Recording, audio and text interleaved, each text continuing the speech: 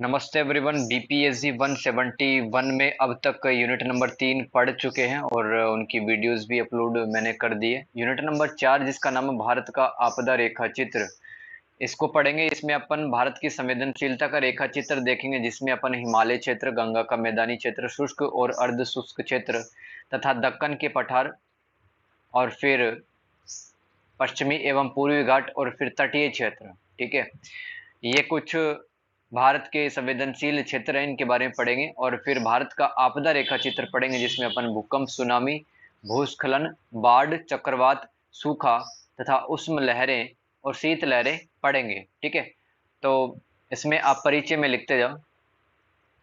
भारत का 85% भूभाग किसी एक या एक से अधिक आपदा के प्रति, भारत का 85% भूभाग किसी एक या एक से अधिक, किसी एक या एक से अधिक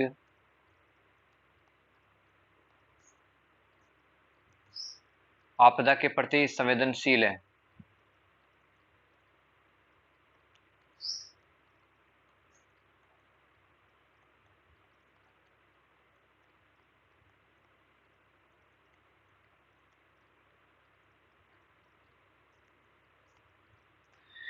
जनसंख्या विस्फोट, अनियोजित शहरीकरण,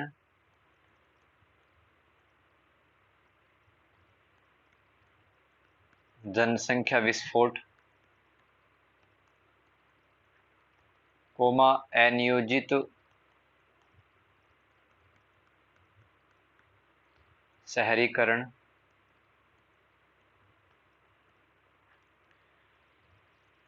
उच्च जोखिम क्षेत्रों में विकास के कार्य,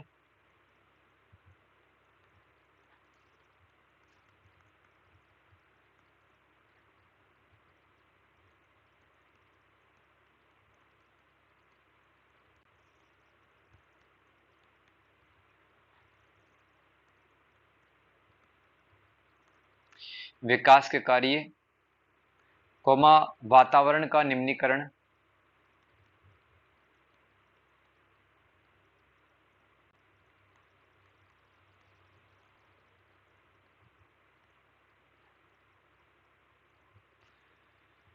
जलवायु परिवर्तन,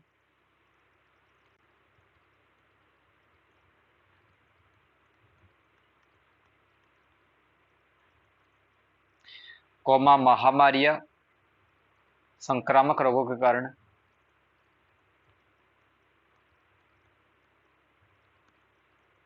महामारियां तथा संक्रामक रोगों के कारण भारत में संवेदनशीलता बढ़ी है। भारत में आपदा के प्रति या भारत में आपदाओं के प्रति संवेदनशीलता बढ़ी है, जिससे भारत की अर्थव्यवस्था,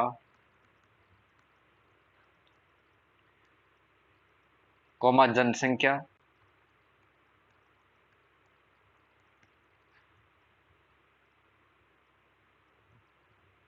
जनसंख्या के आगे सतत विकास,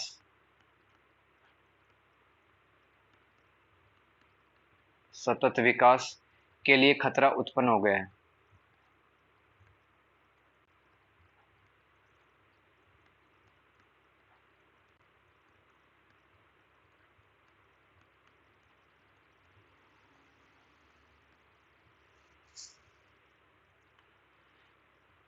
नई लाइन से लिखिए, भारत में हिमालयी क्षेत्रों में, आगे लिखो, हेडिंग लगाओ सबसे पहले तो।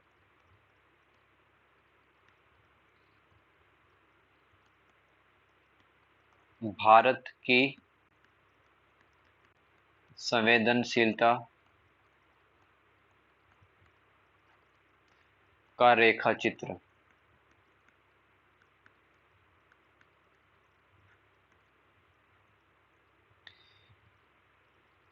इसको कैपिटल ए नाम दे दो, कैपिटल ए, कैपिटल ए। फिर इसमें स्मॉल ए लगा के लिखो। कितने प्रकार की संवेदनशीलता भारत में आज उपस्थित है? हिमालयी क्षेत्र,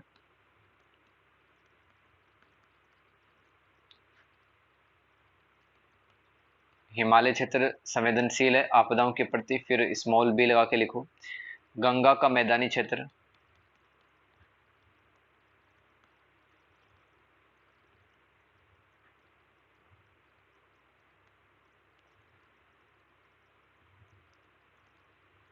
सी पॉइंट शुष्क और अर्ध शुष्क क्षेत्र,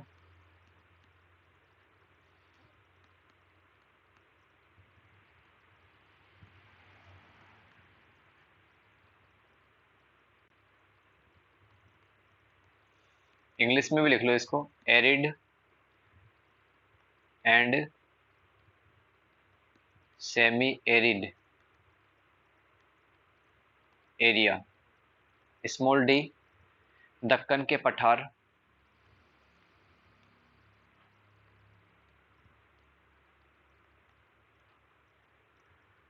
दक्कन के पठार। फिर स्मॉल ए लगा के लिखो। पश्चिमी एवं पूर्वी घाट,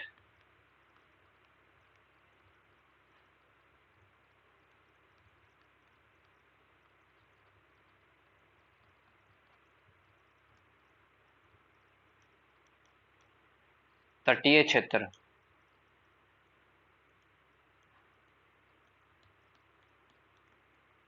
ठीक है। अब नीचे से लिखना स्टार्ट करो। भारत में हिमालयी क्षेत्रों में हिमस्खलन, भारत में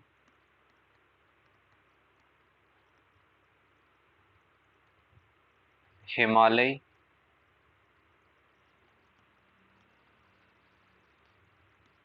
क्षेत्रों में हिमस्खलन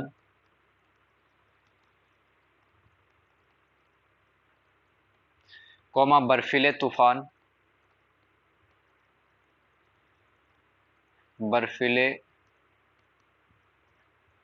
तूफान कोमा भूकंपों की तीव्रता तथा बारंबारता बढ़ी है,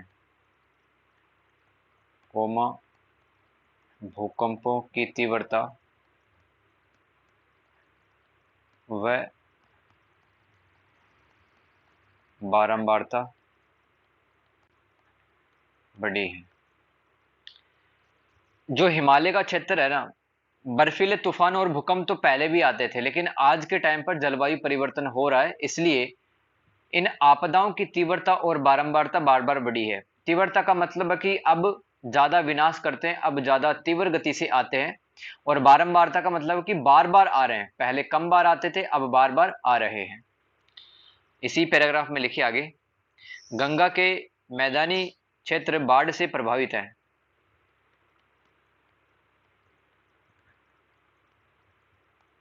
गंगा के मैदानी क्षेत्र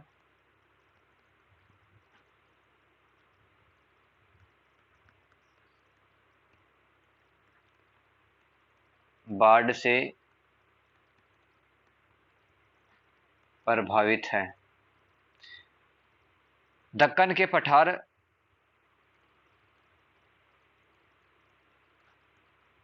दक्कन के पठार कोमा शुष्क एवं अर्ध शुष्क क्षेत्र सूखे से प्रभावित है,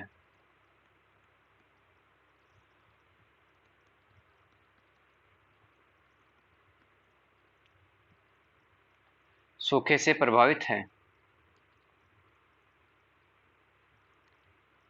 अरब सागर कोमा बंगाल की खाड़ी से उठने वाले चक्रवात से जान माल का काफी नुकसान होता है। अरब सागर तथा बंगाल की खाड़ी से उठने वाले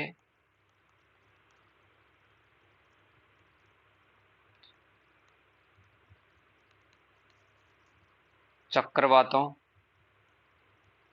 के कारण जान माल का नुकसान होता है। एक एक करके अपन भारत के जो 6 संवेदनशील इलाके हैं उनको पढ़ते हैं। पहला है हिमालयी क्षेत्र।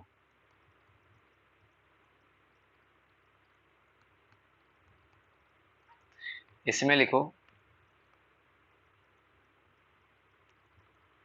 यह क्षेत्र अभी भी युवा अवस्था में है। यह क्षेत्र अभी भी युवा अवस्था में है।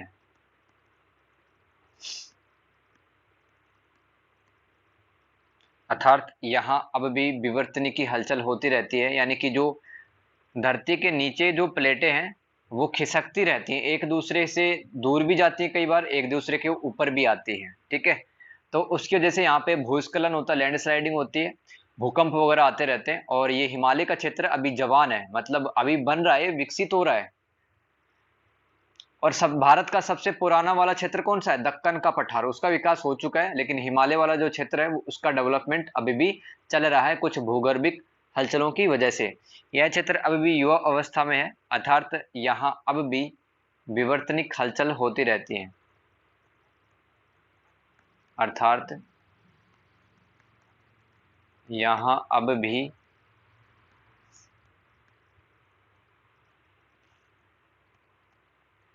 विवर्तनिकी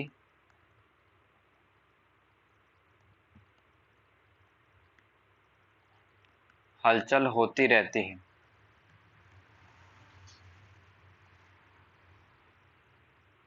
तथा हिमालय की संरचना बदलती रहती है। तथा हिमालय की संरचना बदलती रहती है। इस क्षेत्र में भूस्खलन कोमा बाढ़ आना, इस क्षेत्र में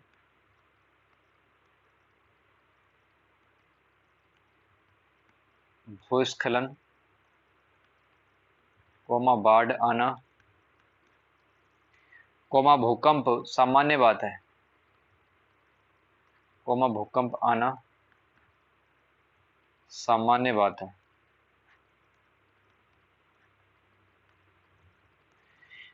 चूंकि यह क्षेत्र धार्मिक आस्था का केंद्र है, चूंकि यह क्षेत्र हिंदुओं के लिए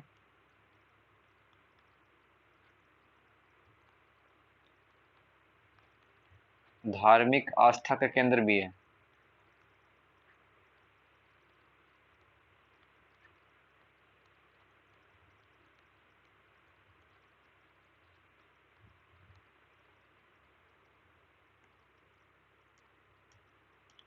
हर साल यहाँ हजारों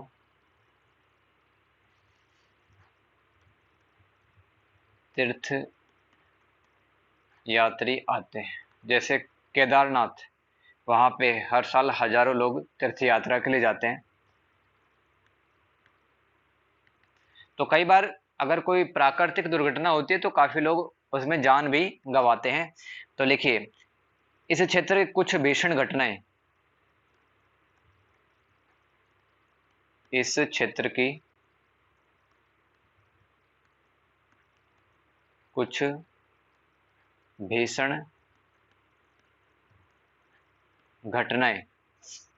लिखो, मालपा फिसलन, लैंडस्लाइडिंग हुई थी है ना 1998 में। लिखो, मालपा नाम की जगह में मालपा भूस्खलन 1998, 1998। फिर लिखो ओखी मठ बाढ़, ओखी मठ बाढ़ 1998। उत्तरकाशी बाढ़ 2003, उत्तरकाशी बाढ़ 2003। उत्तराखंड में आकस्मिक बाढ़ 2013 जिसमें काफी लोग मर गए थे। उत्तराखंड की आकस्मिक बाढ़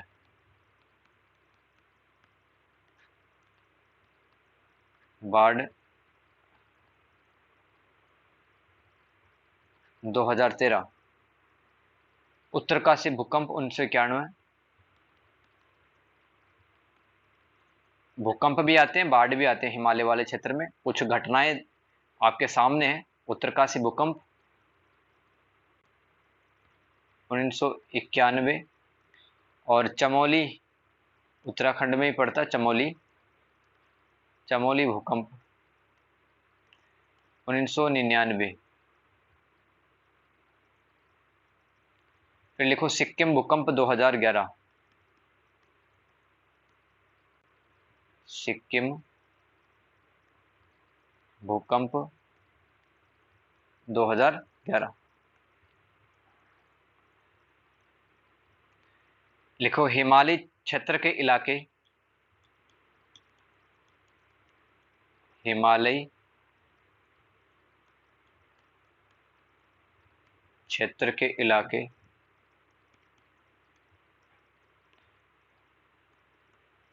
जोन 4 एवं जोन 5 में आते हैं। मैंने आपको बताया था कि भारत का जो भूकंप वाला मैप है उसमें 4 जोन बताए गए हैं। 4 जोन, पहले 5 से अब 4 हैं।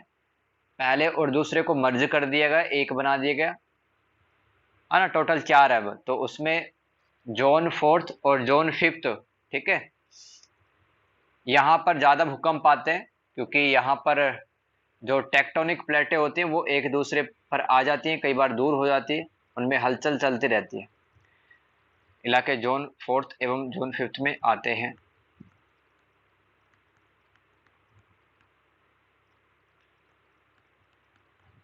यहाँ सर्वाधिक भूकंप आते हैं।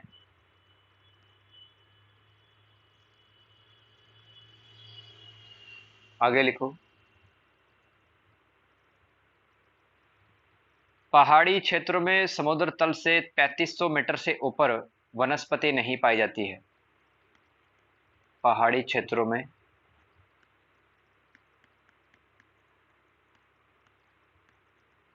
समुद्र तल से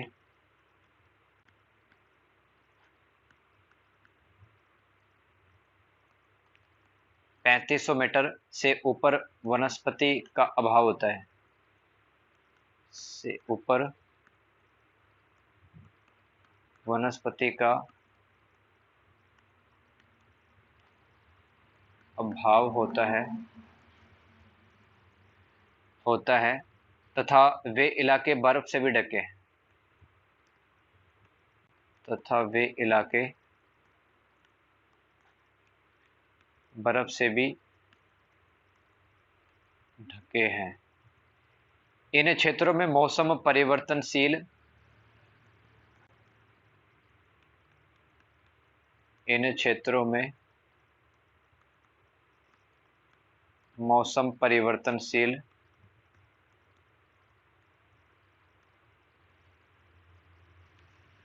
मतलब कभी बरसात आ गई, कभी उमस पड़ रही है ना, कभी बर्फीले तूफान चल रहे हैं, कभी एकदम तेज धूप पड़ रही है।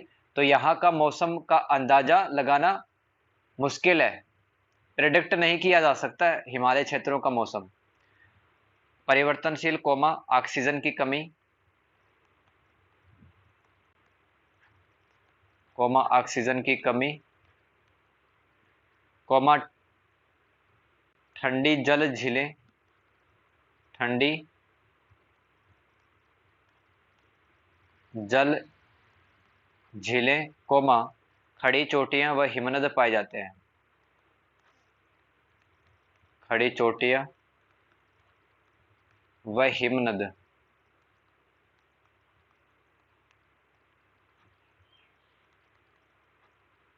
हिमनद पाए जाते हैं।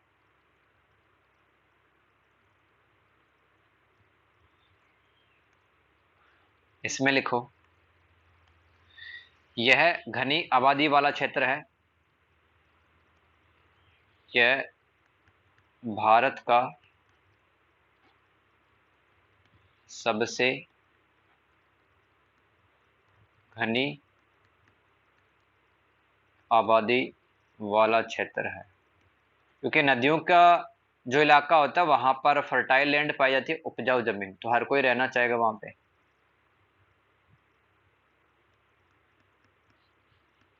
यहाँ की मिट्टी उपजाऊ होती है।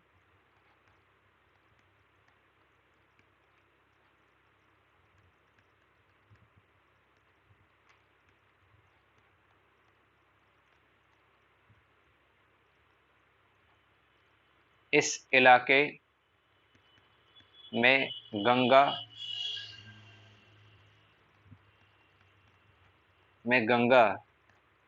व उसकी सहायक नदियां बहती हैं।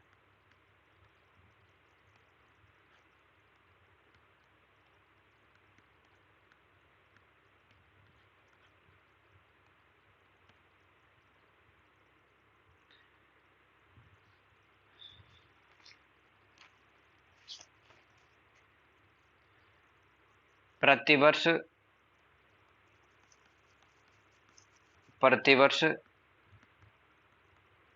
मानसून के समय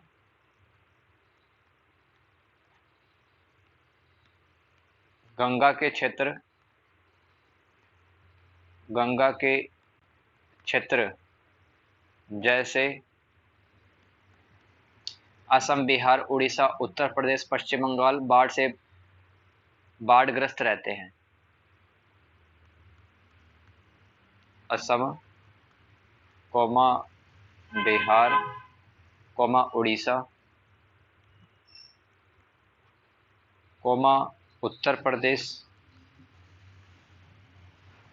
उत्तर प्रदेश, पश्चिम बंगाल,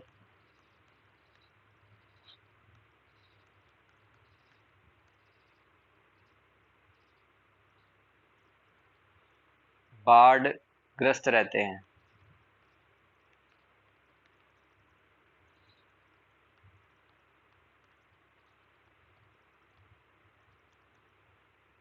जलवायु परिवर्तन के कारण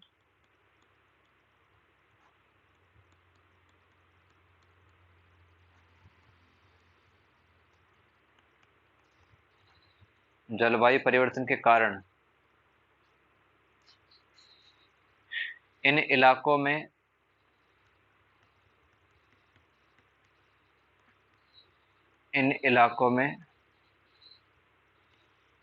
कई बार सूखा भी पड़ता है।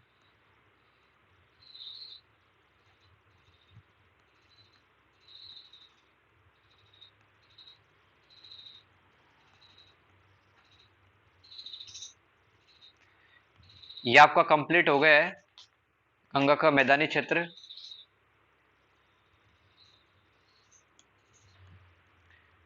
तीसरा पॉइंट है शुष्क और अर्ध शुष्क क्षेत्र, एरिड व सेमी एरिड एरियाज। इसमें लिखो, भारत का 53.4% क्षेत्र, भारत का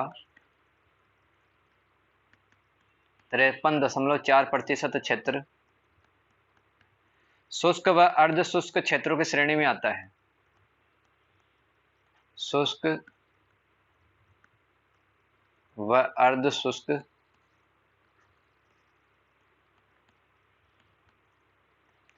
क्षेत्रों की श्रेणी में आता है।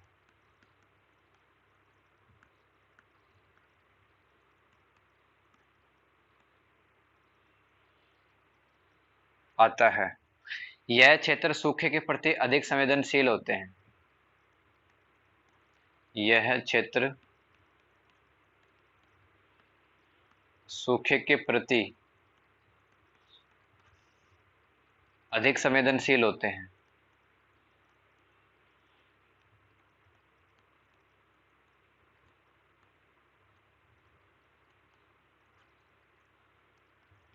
अधिक संवेदनशील होते हैं।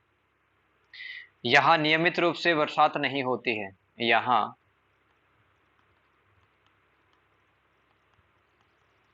नियमित रूप से बरसात नहीं होती है।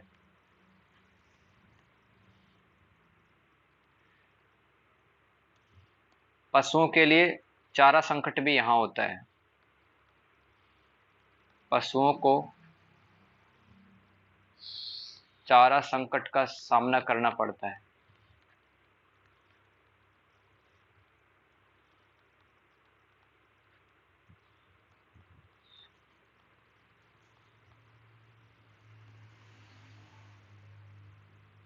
पशुओं को चारा संकट का सामना करना पड़ता है शुष्क व अर्ध शुष्क क्षेत्रों, क्योंकि यहाँ पर बरसात कम होती है। शुष्क क्षेत्रों में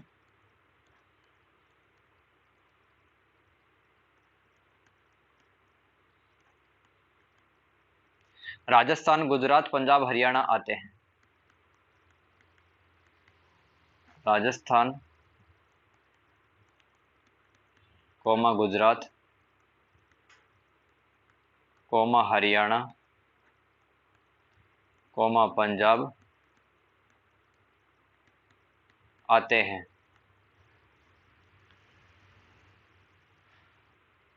आगे लिखिए, भारत में दो अर्ध शुष्क क्षेत्र हैं। भारत में दो अर्ध शुष्क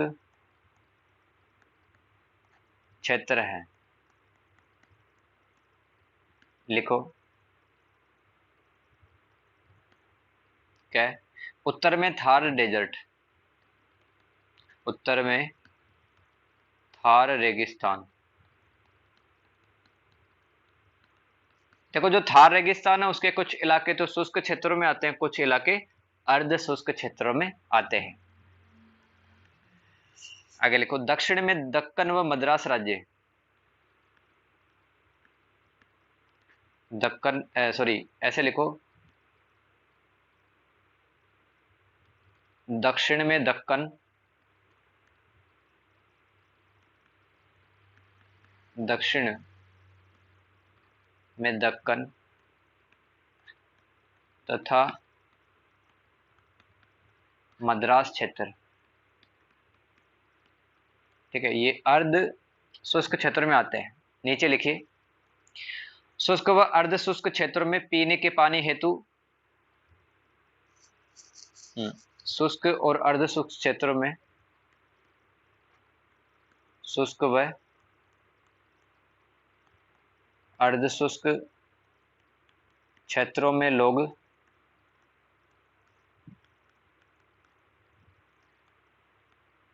पीने के पानी के लिए वर्षा जल पर निर्भर रहते हैं। वर्षा जल पर निर्भर रहते हैं। वर्षा जल पर निर्भर रहते हैं।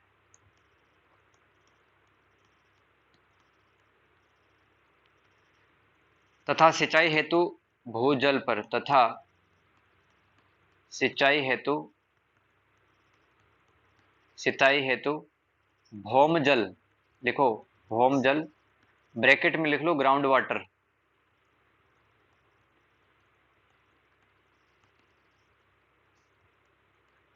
निर्भर रहते हैं। देखो, अभी हम क्या पढ़ रहे थे? भारत की संवेदनशीलता का रेखा चित्र देख रहे हैं अपन, यानी कि भारत में कुल आपकी किताब में 6 संवेदनशील क्षेत्र दे रखे हैं। पहला हिमालय क्षेत्र पढ़ लिया है, जहां पे आपदाएं, भूकंप वगैरह आते हैं। फिर गंगा का मैदानी क्षेत्र पढ़ लिया। अब तीसरा पढ़ रहे हैं भारत के संवेदनशीलता के रेखा चित्र में शुष्क और अर्ध शुष्क क्षेत्र। तो देखो, जो राजस्थान, हरियाणा, पंजाब, गुजरात, ये जो इलाके, ये अर्ध शुष्क क्षेत्र और शुष्क क्षेत्रों में आते हैं, है ना। हम इन्हीं क्षेत्रों की बात कर रहे हैं कि यहाँ के लोग सिंचाई के लिए ग्राउंड वाटर का इस्तेमाल करते हैं, बोरवेल वगैरह लगाते हैं, जिससे कि आजकल हरियाणा और पंजाब में इतना ज्यादा पानी जमीन से खींच लिया है बड़े किसानों ने, जिससे कि जल संकट का सामना कर रहे हैं वहां के लोग, तो वो भी एक आपदा है। ठीक है, आगे लिखो। पानी के अत्यधिक निष्कर्षण के कारण, पानी के अत्यधिक निष्कर्षण के कारण, निष्कर्षण के कारण हरियाणा और पंजाब, हरियाणा एवं पंजाब के कुछ क्षेत्र, के कुछ क्षेत्र पानी के संकट का सामना कर रहे हैं।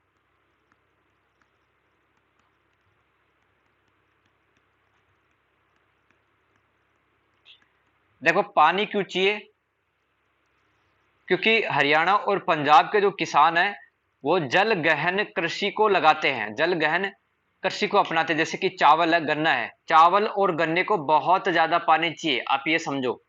तो वो पानी कहाँ से आएगा, वो बोरवेल के माध्यम से आएगा। ठीक है, और जमीन से अगर बहुत ज्यादा पानी निकालेंगे तो फिर दिक्कत हो सकती है कुछ इलाकों को।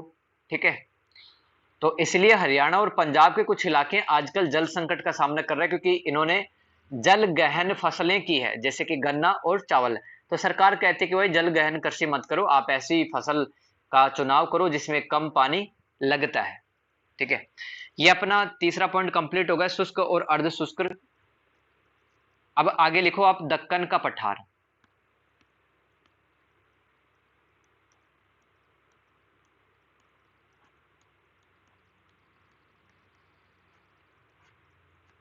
दक्कन के पठार के आसपास क्या क्या वो लिखते हैं हम, देखो इसमें, दक्कन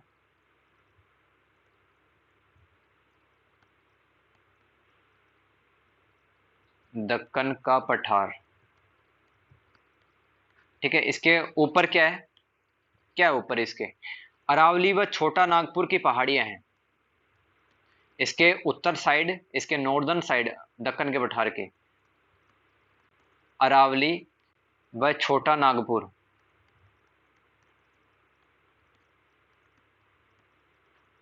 की पहाड़ियां,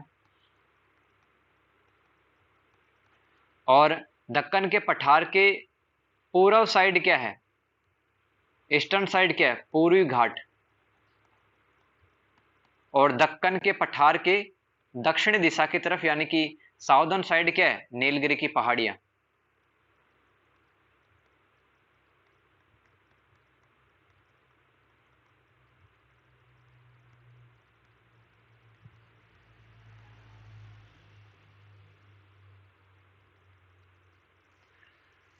और पश्चिम साइड क्या है, पश्चिमी घाट।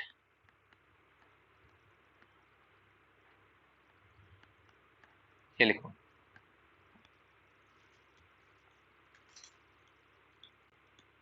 दक्कन के पठार से संबंधित आपदाएं,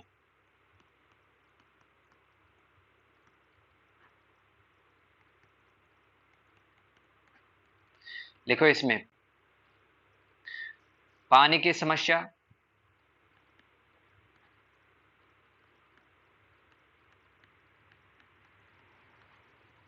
हालांकि दक्कन के पठार के आसपास नर्मदा नदी बहती है, ताप्ती नदी बहती है, महानदी, गोदावरी, कृष्णा नदी बहती है, लेकिन फिर भी कुछ क्षेत्र के लोग हैं वो जल संकट का सामना करते हैं। ऐसा जलवायु परिवर्तन के कारण हो रहा है। आगे लिखो, दक्कन के पठार में उद्योगों की स्थापना से,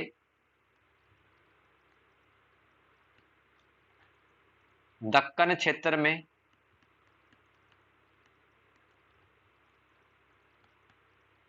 उद्योगों की स्थापना से हजारों आदिवासियों को,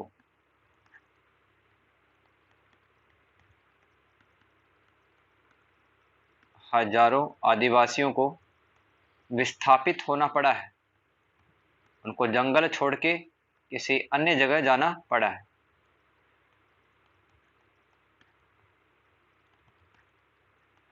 आगे लिखो, इस क्षेत्र में बड़े बड़े राजमार्गों यानी हाईवे के गुजरने से जैव विविधता पर नकारात्मक असर पड़ा है।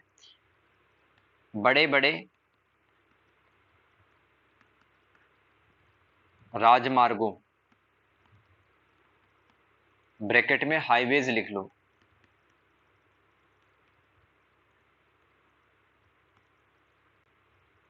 के गुजरने के कारण, के गुजरने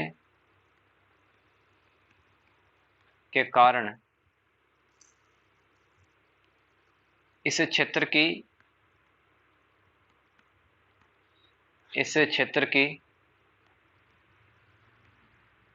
जैव विविधता प्रभावित हुई है। अब जंगल में से अगर कोई हाईवे निकलेगा तो खूब सारे पेड़ पौधे काटे जाएंगे, ठीक है, पक्षियों के घर तबाह हो जाएंगे, जानवरों के चलने फिरने की जगह कम हो जाएगी, अगर वो रोड पे आते हैं कई बार उनका एक्सीडेंट हो जाएगा, ठीक है। तो जैव विविधता प्रभावित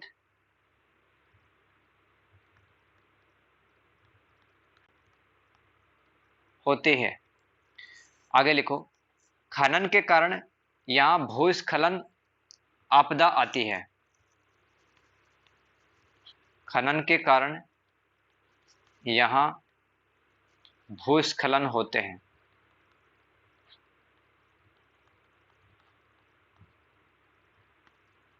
मिट्टी का कटाव, मिट्टी का कटाव व मिट्टी का बहना, मिट्टी का वर्षा जल के साथ बहना, खनन दुर्घटनाएं, क्योंकि बहुत सारे माइनिंग है, ठीक है, यहाँ पे माइनिंग एक्टिविटी चलती रहती है, खनन से संबंधित गतिविधियां, जैसे कि लोहा निकालने के लिए, कोयला निकालने के लिए, जैसे कि झारखंड में काफी सारे कोयले के खाने हैं, तो कई बार दुर्घटनाएं हो जाती है और मजदूर लोग मारे जाते हैं। तो खनन संबंधी आपदाएं, ये आपका 4 पॉइंट कंप्लीट हो जाते हैं। मैं आपको भारत के संवेदनशील क्षेत्र पढ़ा रहा हूं, जिसमें मैंने आज आपको हिमालय क्षेत्र, गंगा का मैदानी क्षेत्र, शुष्क और अर्ध शुष्क क्षेत्र और दक्कन के पठार, ये पॉइंट करवा दिए। और अब पश्चिमी और पूर्वी घाट बच रहे हैं तथा तटीय क्षेत्र बच रहे हैं।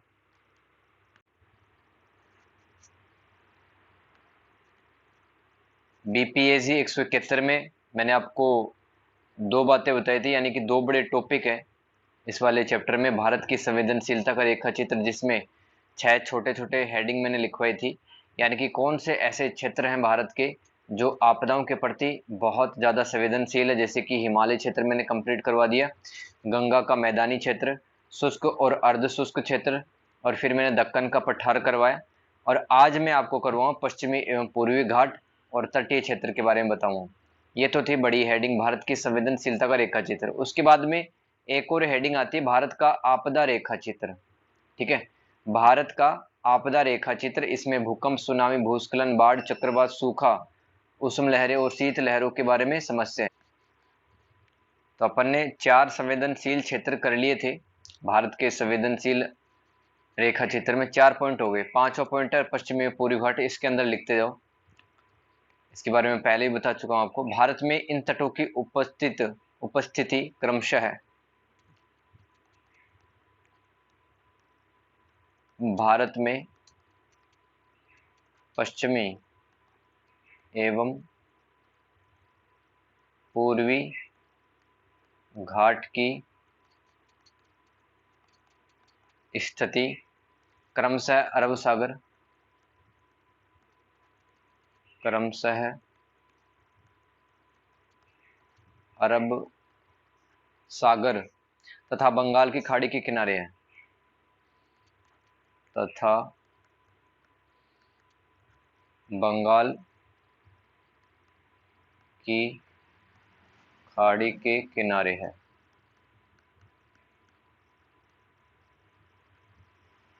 पश्चिमी घाट में क्या क्या आता है वो लिख लो।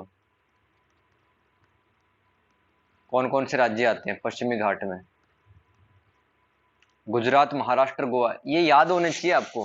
ठीक है, एक अच्छे स्टूडेंट की यही खास बात होती है कि ये बहुत इंपॉर्टेंट फैक्ट है। वेस्टर्न घाट्स में कौन कौन से इंडियन स्टेट आते हैं पता रहना चाहिए। इसमें गुजरात, गुजरात को महाराष्ट्र को गोवा, महाराष्ट्र को गोवा को कर्नाटक,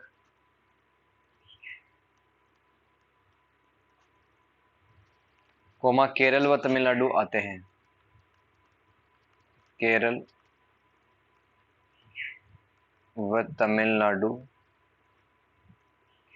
आते हैं। कुल टोटल गुजरात, महाराष्ट्र, गोवा, कर्नाटक, केरल व तमिलनाडु, टोटल 6 स्टेट आते हैं। ठीक है, पश्चिमी घाट में। और नीचे लिखो पश्चिमी घाट में, पश्चिमी घाट जैव विविधता का हॉट स्पॉट भी है, ऐसे लिखो पश्चिमी घाट, पश्चिमी घाट जैव विविधता हॉट स्पॉट है। अब की बार याद कर लेना इनको, पूरी घाट में क्या क्या आता है। Orissa comma Andhra Pradesh, Orissa coma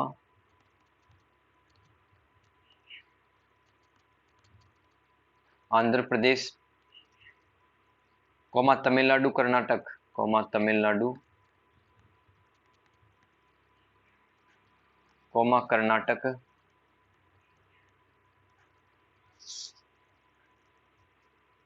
coma Telangana आते हैं।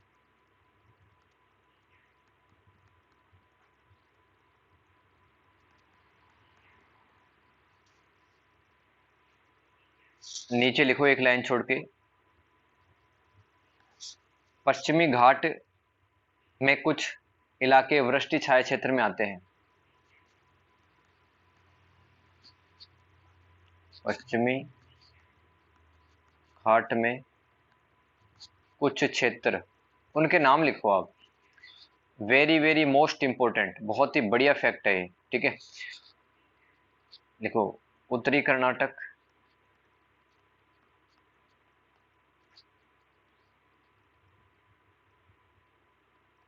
उत्तरी कर्नाटक कोमा शोलापुर, ये महाराष्ट्र में आता है सोलापुर, और Beed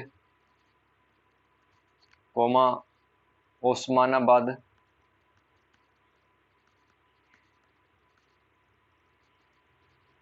coma Vidarbha, comma Vidarbha bracket बंद में कुछ क्षेत्र वृष्टि छाया क्षेत्र, वृष्टि छाया क्षेत्र के अंतर्गत आते हैं। इसलिए यहाँ भयंकर सूखा व अकाल पड़ते हैं।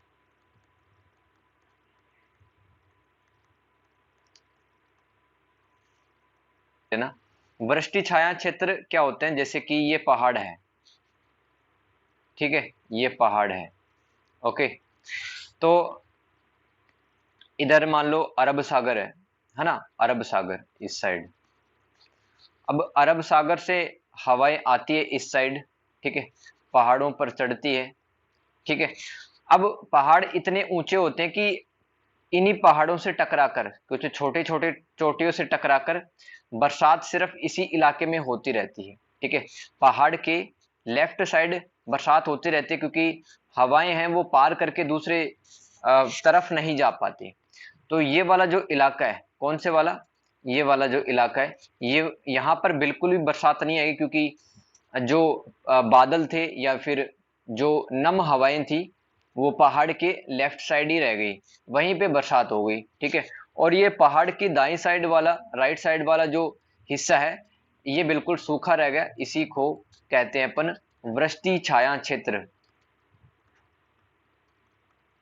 वृष्टि छाया क्षेत्र। इन इलाकों को वृष्टि छाया क्षेत्र कहते हैं अपन। ठीक है, और भारत में अगर बात करें कौन कौन से जो लोकेशंस हैं वो शैडो रेन एरियाज के अंदर आएंगे, ओस्मानाबाद, बीड और नॉर्दर्न कर्नाटक और आपका शोलापुर, ठीक है। और विदर्भ, यहाँ पर बहुत अकाल पड़ता है, सूखा पड़ता है, क्योंकि ये सब अवृष्टि छाया क्षेत्र के अंतर्गत आते हैं। आगे लिखिए, पश्चिमी एवं पूर्वी घाट वर्तमान में भूस्खलन, कोमा जनसंख्या दबाव,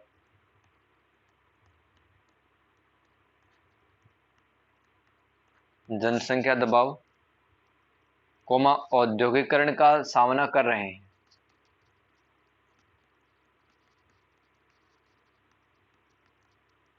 औद्योगिकरण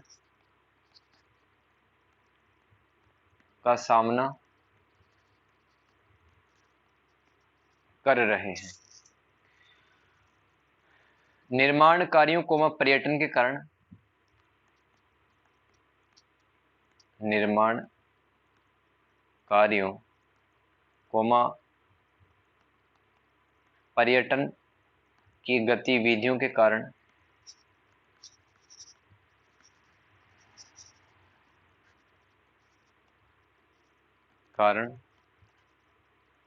इन घाटों की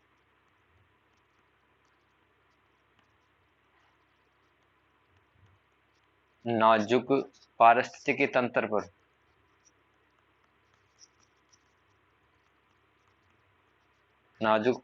तंत्र पर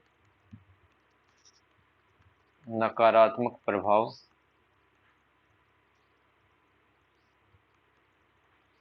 पड़ा है। देखो, इस इलाके में काफी सारी नदियां बहती हैं, पश्चिमी घाट और पूर्वी घाट वाले इलाके में। जैसे कि कृष्ण नदी बहती है, नर्मदा नदी बहती है, ताप्ती, गोदावरी, महानदी, ये सब नदियां बहती हैं। लेकिन ये नदियां क्या करती हैं? कटाव करती है मिट्टी का, पहाड़ों का भी कटाव करती है, जिसकी वजह से भूस्खलन होता है। आगे लिखो, आर्थिक विकास के कार्यों से, इसी में लिखना, आर्थिक विकास के कार्यों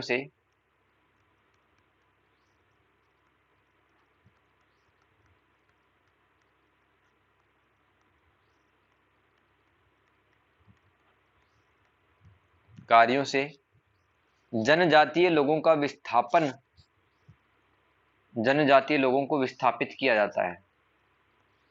कार्यों से जनजातीय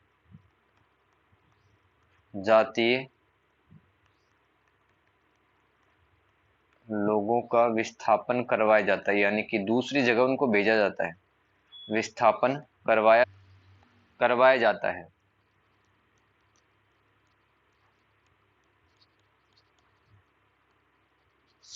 करवाया जाता है।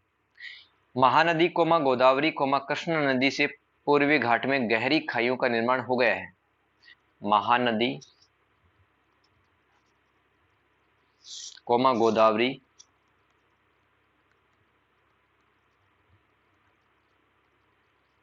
व कृष्णा नदी के कारण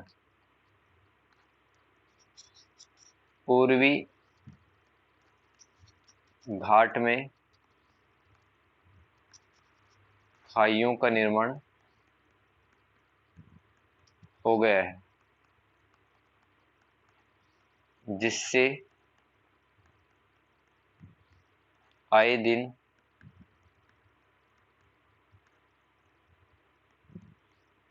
भूस्खलन की घटनाएं सामने आती रहती हैं।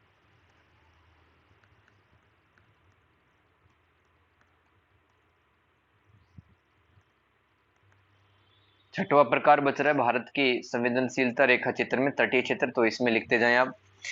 भारत के तटीय क्षेत्र, भारत के तटीय क्षेत्र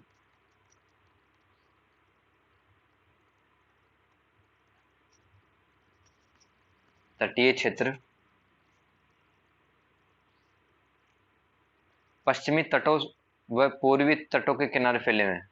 पश्चिमी तट व पूर्वी तट के किनारे फैले हुए हैं।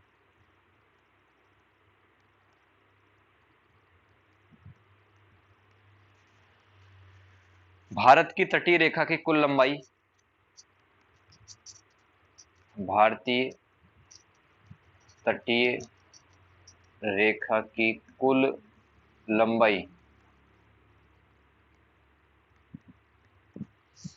7516.6 किलोमीटर 0.6 किलोमीटर है। भारत के 9 राज्यों व 4 केंद्र शासित प्रदेशों में इसका विस्तार है। देखो, दो इंपॉर्टेंट फैक्ट आ गए।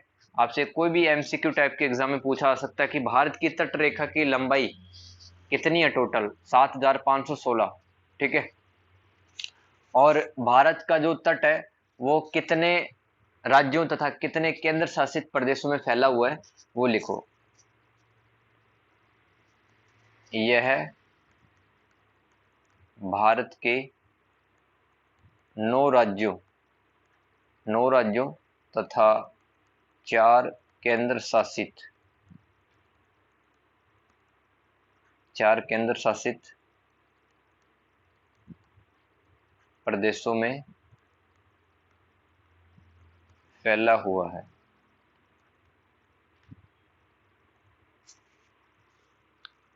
आगे लिखो, बंगाल की खाड़ी में उष्णकटिबंधीय चक्रवातों का जन्म होता है। बंगाल की खाड़ी में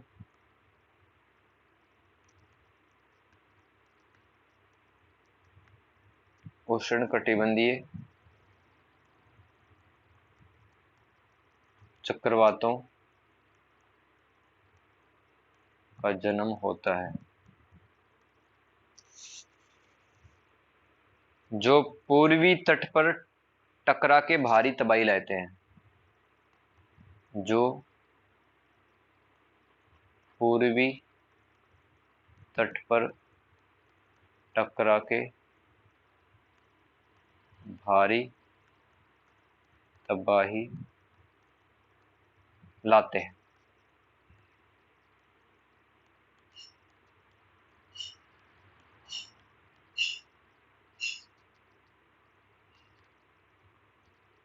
बंगाल की खाड़ी में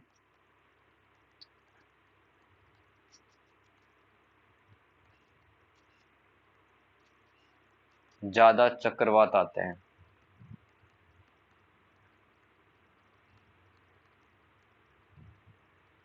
ज्यादा चक्रवात आते हैं। पर्यटन के कारण भी पारिस्थितिक तंत्र का नुकसान हो रहा है। यहाँ पर लिखो, यहाँ पर अत्यधिक पर्यटन के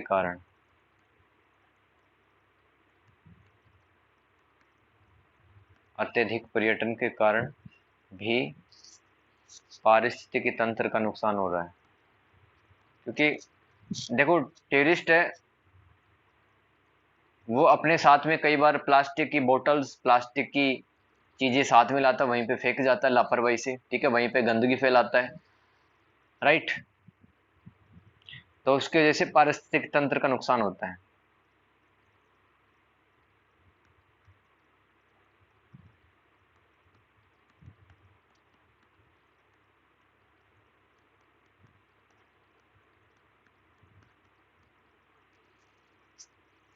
लिखो, भारत में,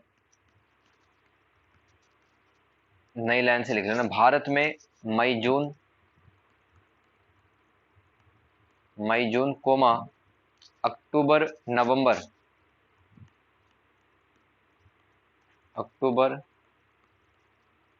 नवंबर में सबसे ज्यादा चक्रवात आते हैं।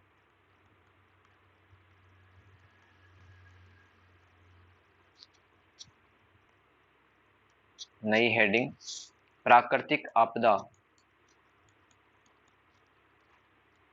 अभी तक तो अपन ने स्थानों के नाम पढ़े थे, कौन से इलाके में किस टाइप की आपदा आती है। अब हम पढ़ेंगे कि आपदा का, जैसे कि भूकंप, ये सब कहाँ पे ज्यादा आता है, सूखा ये सब कहाँ पे ज्यादा आता है, चक्रवात, सुनामी, ये सब भारत में कहाँ पर ज्यादा आते हैं। तो अब आपदा पढ़ेंगे। पहले तो स्थान पढ़ रहे थे, अब आपदा पढ़ेंगे।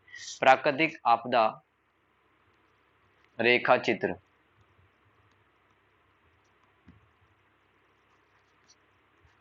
इसमें लिखिए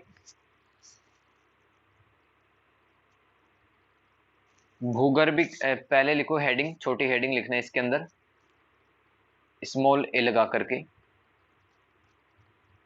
भूकंप। इसमें लिखिए भूगर्भिक हलचलों के कारण जियोलॉजिकल एक्टिविटीज, भूगर्भिक हलचलों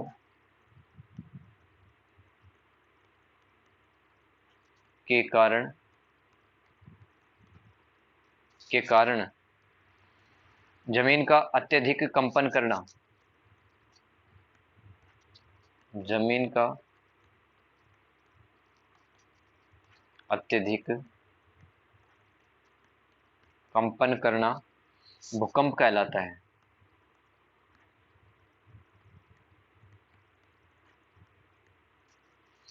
भारत में कुल 4 भूकंप जोन है। जोन का मतलब क्षेत्र, लिखो zone second, zone third, zone fourth और जोन फिफ्थ। ये टोटल भारत में 4 भूकंप के क्षेत्र हैं। ठीक है, देखो मैंने आपको ये भी बताया था कि पहले 5 थे, लेकिन भारतीय मानक ब्यूरो यानी कि BIS, bureau of Indian standard ने क्या किया, जोन फर्स्ट और जोन सेकंड को मिला करके एक जोन बना दिया, जोन सेकंड। ठीक है, तो जोन फर्स्ट हट गया, अब ये 4 जोन है, राइट। तो इसमें लिखो अब zone 2, zone third, zone fourth और जोन फिफ्थ में कौन से इलाके आते हैं। ठीक है, देखो जोन सेकंड में सबसे कम भूकंप आते हैं, या फिर कह सकते हैं आते ही नहीं है। जोन फिफ्थ में सबसे ज्यादा भूकंप के तेज झटके आते हैं, नुकसान भी ज्यादा होता है जोन फिफ्थ में। तो आगे लिखिए जोन सेकंड, इसमें कौन कौन से आते हैं इलाके, बेंगलुरु, हैदराबाद, बेंगलुरु या बेंगलोर भी लिख सकते हो आप, comma Hyderabad, Hyderabad, comma Visakhapatnam, comma Nagpur, Visakhapatnam, comma Nagpur. Bengaluru कहाँ पे है, कर्नाटक में। हैदराबाद कहाँ पे है, तेलंगाना में। नागपुर कहाँ पे है, महाराष्ट्र में। Comma Raipur, comma Gwalior. यहाँ पे आप कह सकते हो कि बहुत ही कम या फिर आते नहीं है। कोमा जयपुर, जयपुर में भी नहीं आते। कोमा तिरुचिरापल्ली,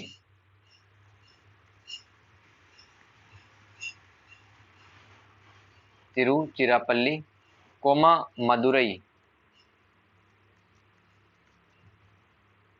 ठीक है,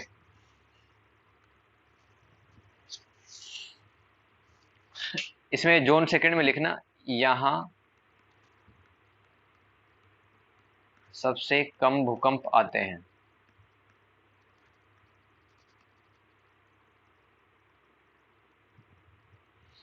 अब लिखो जोन थर्ड,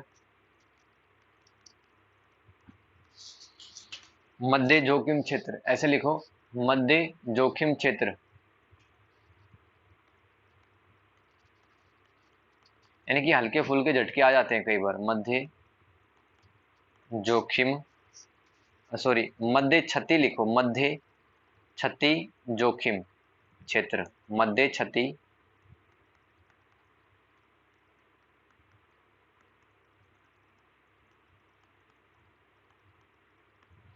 कौन कौन सी सिटी आएंगे, चेन्नई, मुंबई लिखो, चेन्नई, मुंबई, कोलकाता, भुवनेश्वर। ये आपकी जनरल नॉलेज के लिए लिखवा रहा हूँ, किताब के अंदर नहीं लिखा है। Kolkata, comma Bhubaneswar, comma Jamshedpur, Bhubaneswar, comma Jamshedpur, comma Ahmedabad, जो कि गुजरात के अंदर है। अहमदाबाद, कोमा पुणे, ये महाराष्ट्र में है। कोमा सूरत, सूरत गुजरात के अंदर है। सूरत के आगे लिखो, सूरत के आगे लिखिए लखनऊ, वडोदरा,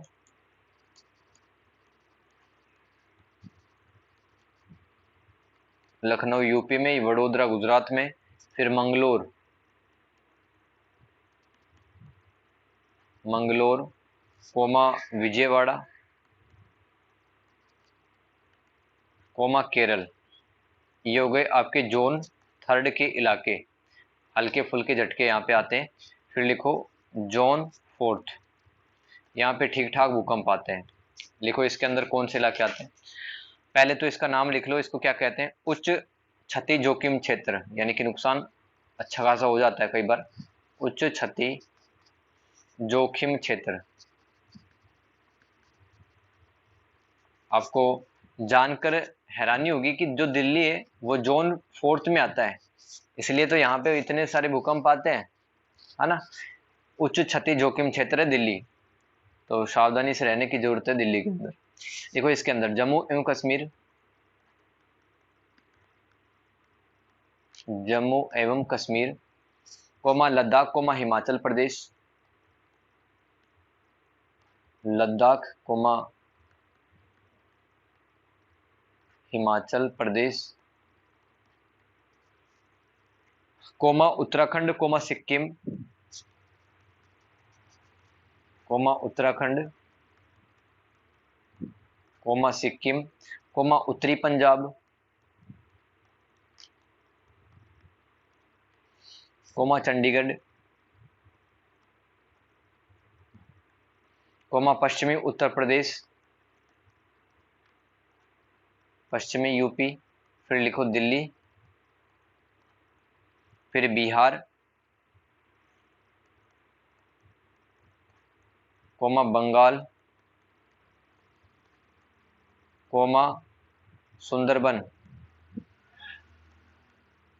ये वाले इलाके हैं, ये जोन फोर्थ में आते हैं। यहाँ पर ज़्यादा नुकसान होने के चांसेस रहते हैं। दिल्ली भी इसी के अंदर आता है, जोन फोर्थ में।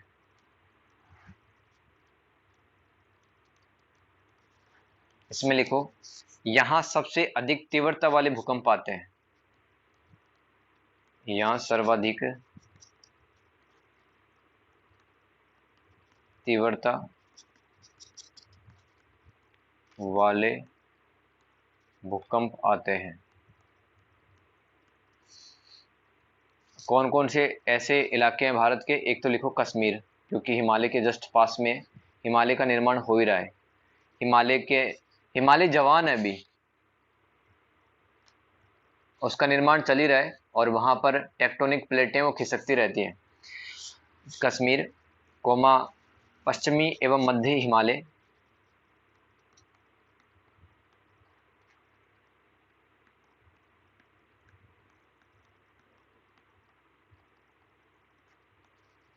Coma Bihar, coma कचकरण। बिहार में लिख लो, बिहार के पीछे उत्तर, उत्तरी व मध्य बिहार, उत्तरी व मध्य बिहार। फिर लिखो कचकरण,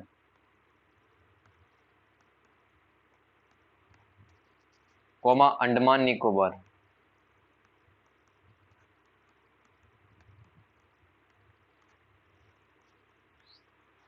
शिलोंग भूकंप 12 जून 1897, बिहार नेपाल की सीमा पर भूकंप 15 जनवरी 1934 को आया। फिर अरुणाचल प्रदेश का भूकंप 15 अगस्त 1950, जिसमें काफ़ी सारे लोग मर गए थे।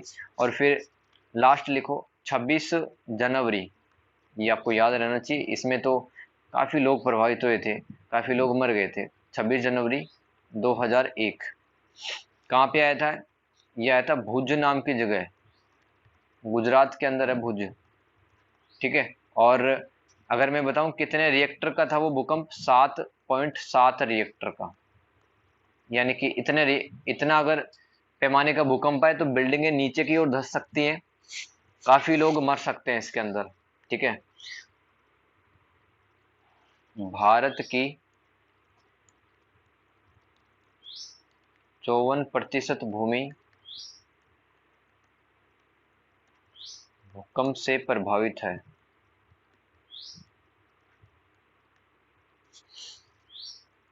लिखो।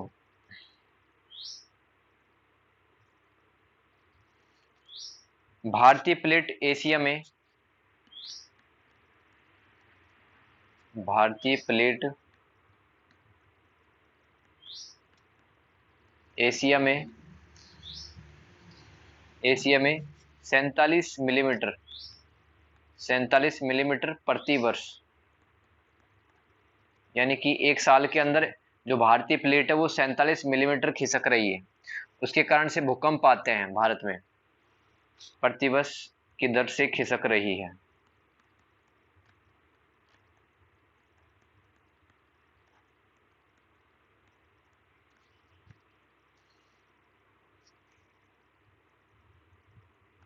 यही कारण है कि भारत में भूकंप आते हैं।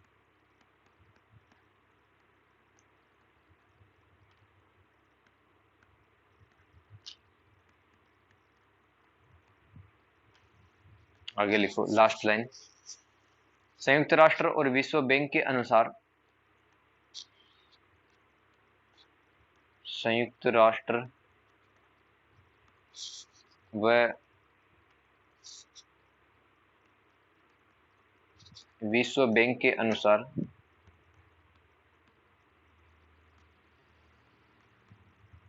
अनुसार 20 करोड़ भारतीय, लिखो ऐसे लिखो, 2000, एक सेकंड रुको। संयुक्त राष्ट्र विश्व बैंक के अनुसार 2050 तक 20 करोड़ भारतीय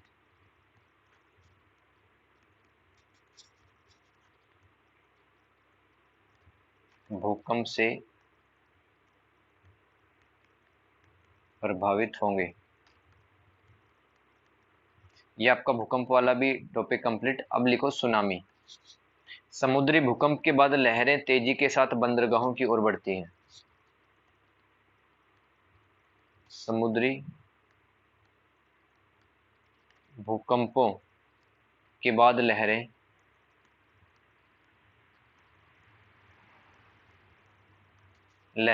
तेजी के साथ बंदरगाहों की ओर बढ़ती हैं।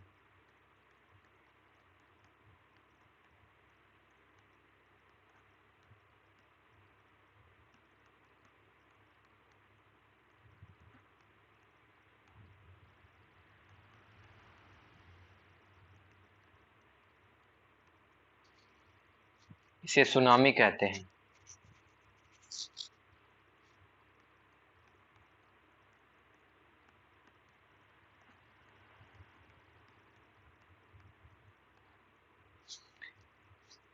समुद्र में उत्पन्न ज्वालामुखी से भी सुनामी की उत्पत्ति होती है।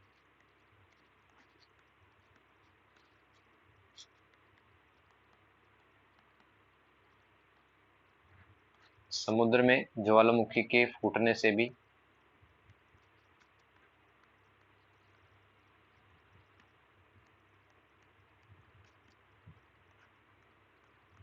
सुनामी की उत्पत्ति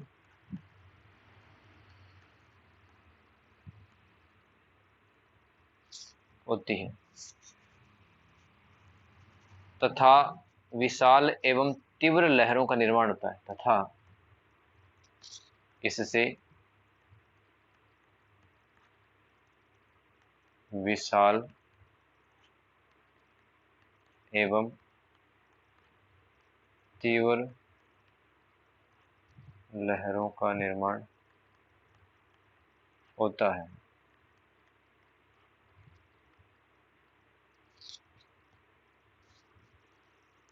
26 दिसंबर 2004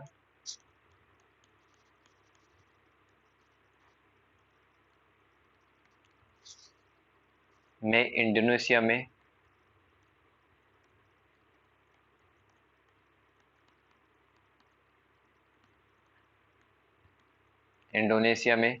9.1 रिएक्टर का भूकंप आया था। 9.1 रिएक्टर का भूकंप आया था, जिससे भारत समेत 14 देश प्रभावित हुए। जिससे भारत समेत 14 देश प्रभावित हुए।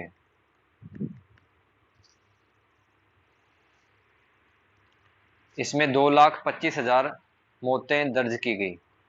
2004 को जो सुनामी आई थी, देखो 25 दिसंबर की रात को लोग क्रिसमस का जो त्योहार होता है वो मनाकर सो ही रहे थे। अगले दिन भयंकर सुनामी आई, जिसके कारण 2.25 लाख लोगों से ज्यादा लोग मर गए। तो कितना एक भीषण हादसा था। इसमें 2,25,000 मौतें दर्ज की गई।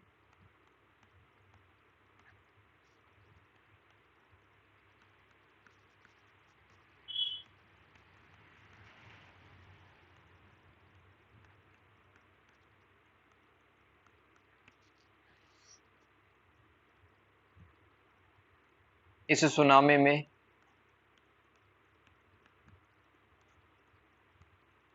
भारत का अंडमान निकोबार,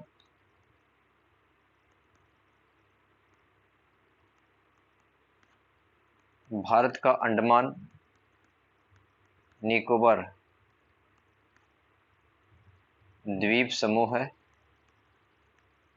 सर्वाधिक प्रभावित हुआ था।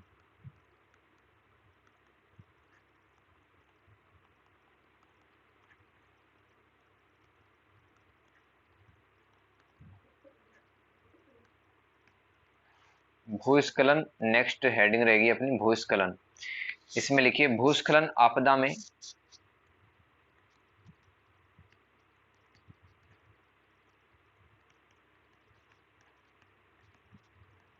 में चट्टान कोमा मलबा,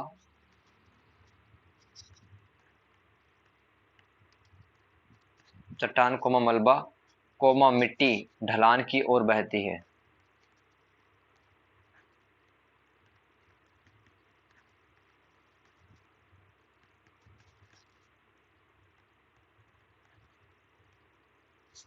बहती है और ऐसा गुरुत्वाकर्षण बल के कारण होता है। और ऐसा गुरुत्वाकर्षण बल के कारण होता है। हिमालय का निर्माण, हिमालय का निर्माण भारतीय प्लेट व यूरेशिया प्लेट के टकराने के कारण हुआ। इंपॉर्टेंट फैक्ट है, हिमालय कैसे बना कोई पूछे तो। भारतीय प्लेट व यूरेशिया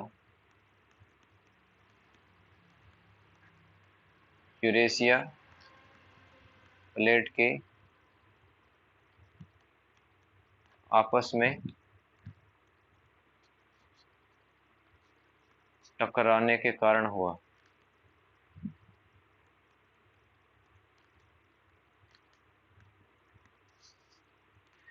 भारतीय प्लेट में लगातार हलचल होने के कारण,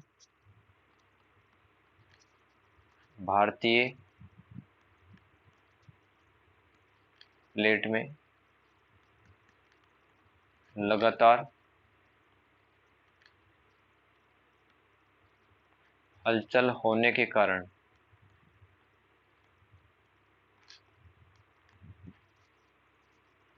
हिमालयी क्षेत्रों में भूस्खलन होता है। हिमालयी क्षेत्रों में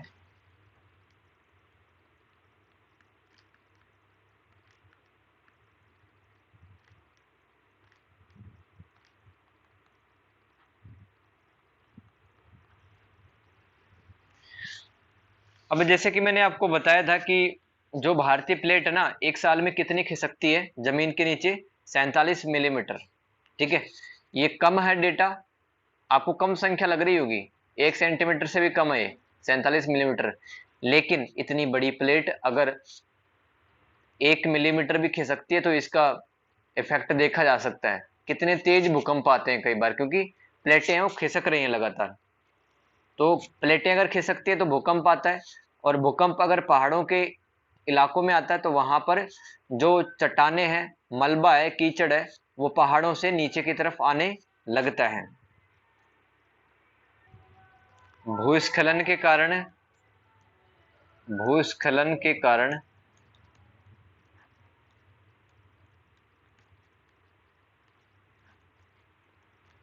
यहाँ हिमस्खलन भी होता है, यानी कि पहाड़ों से बर्फ के जो बड़े बड़े टुकड़े होते हैं वो भी नीचे की तरफ आने लगते हैं मिट्टी के साथ में।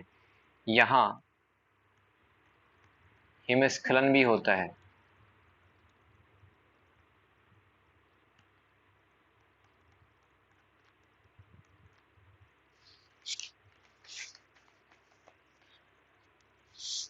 आगे लिखो, भूस्खलन से प्रभावित भारतीय क्षेत्र, हेडिंग डालो छोटी सी, भूस्खलन से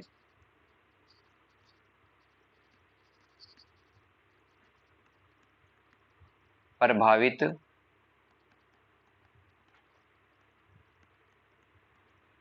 भारतीय क्षेत्र। देखो इसमें कौन कौन से इलाके हैं जो कि भूस्खलन से प्रभावित है। देखो, पश्चिमी घाट,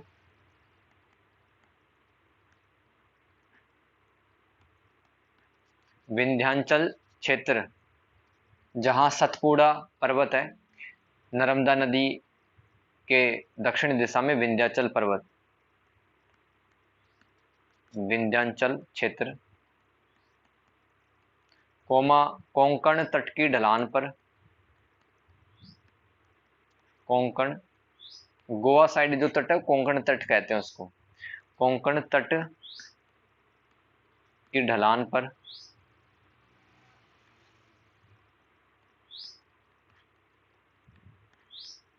ढलान पर, कोमा पूर्वी भारत की पहाड़ों पर, पूर्वी भारत की पर्वत मालाओं पर, comma Sikkim, comma Mizoram, Sikkim comma Mizoram, comma Meghalaya, comma Nagaland,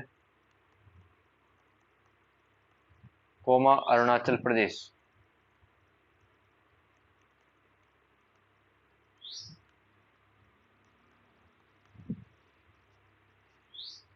यहां पर लैंडस्लाइडिंग होता है भारत में। देखो याद करो, पश्चिमी घाट, विंध्याचल क्षेत्र, कोंकण तट की ढलान पर, पूर्वी भारत के पहाड़ों पर, सिक्किम में, मिजोरम, मेघालय, नागालैंड, अरुणाचल प्रदेश। और असम और लिख लो इसमें, असम, अरुणाचल प्रदेश कोमा असम। भारत के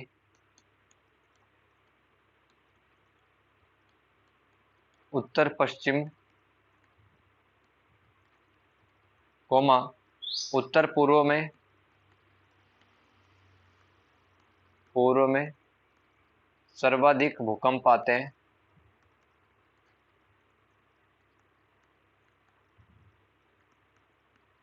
अतः इन क्षेत्रों में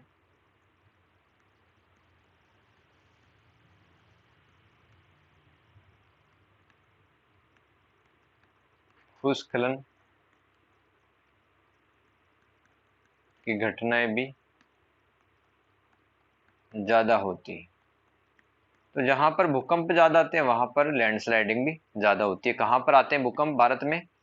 एक तो भारत का जो उत्तर पश्चिमी भाग है और एक उत्तर पूर्व भाग में भूकंप आते हैं, इसलिए इन इलाकों में सबसे ज्यादा लैंडस्लाइडिंग होते हैं। आगे लिखो, भूस्खलन की प्रमुख घटनाएं।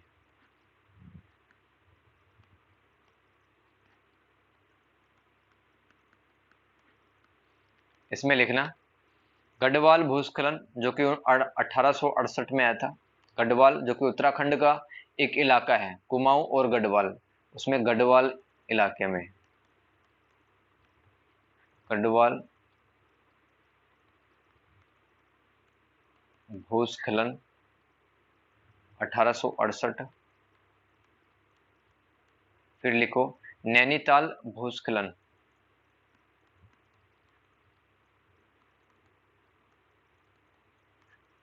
1880 में। आगे लिखो पिथौरागढ़, उत्तराखंड में यह पिथौरागढ़ 1998 में, पिथौरागढ़। आगे लिखो ऊखीमठ, जो कि चमोली जिले में आता है। चमोली जिला कहाँ पे है? उत्तराखंड में है। ऊखीमठ एक जगह का नाम है, ऊखी मठ। ऊखीमठ ब्रैकेट में लिख दो यूके, यानी कि उत्तराखंड। सन 2001 में आया था यहाँ पे भूस्खलन तगड़ा वाला। उत्तरकाशी भूस्खलन सन 2003 ईस्वी में। फिर दार्जिलिंग, दार्जिलिंग में कब आया? 2010 ईस्वी में। और रायगढ़, रायगढ़, रायगढ़ में आए भाई 2005 ईस्वी में। बस काफी है, ठीक है। नीचे लिखो नई लाइन से, भूस्खलन से व्यापक जान माल का नुकसान होता है।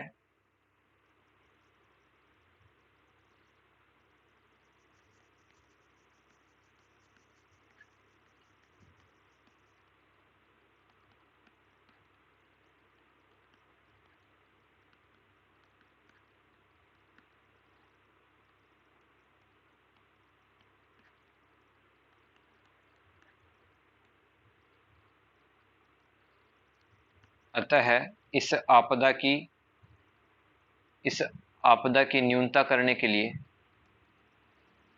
इस आपदा का न्यूनीकरण करने के लिए,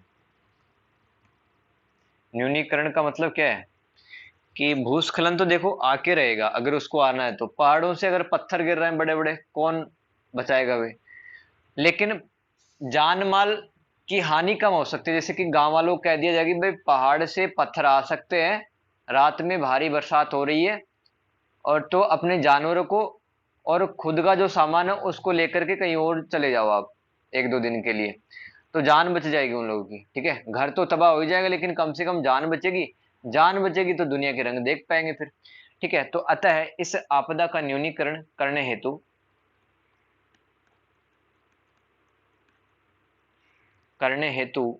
सरकार द्वारा पूर्व चेतावनी, सरकार द्वारा लोगों को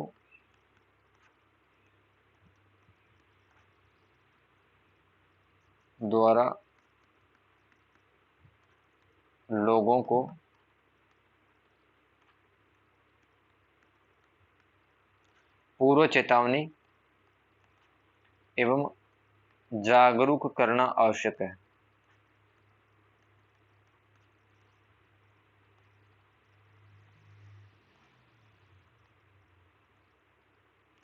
ठीक है, तो अपना ये टॉपिक कंप्लीट होता है भूस्खलन वाला।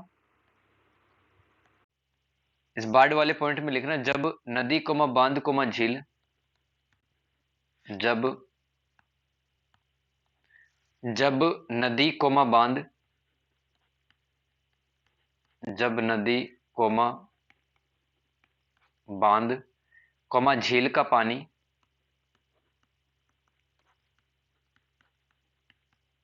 झील का पानी खतरे के निशान के ऊपर चला जाता है, खतरे के निशान के ऊपर चला जाता है, तो वहां बाढ़ आती है।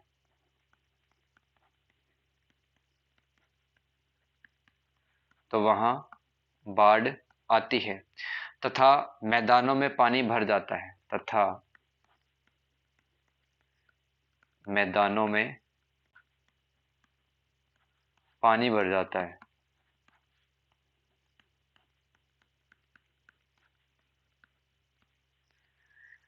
भारत में 3 करोड़ लोग बाढ़ से प्रभावित हैं। भारत में 3 करोड़ लोग बाढ़ से प्रभावित है।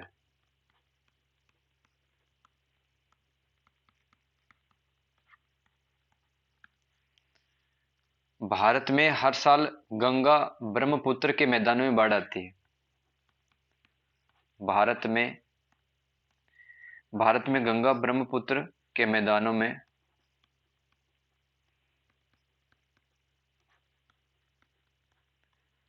हर साल बाढ़ आती है।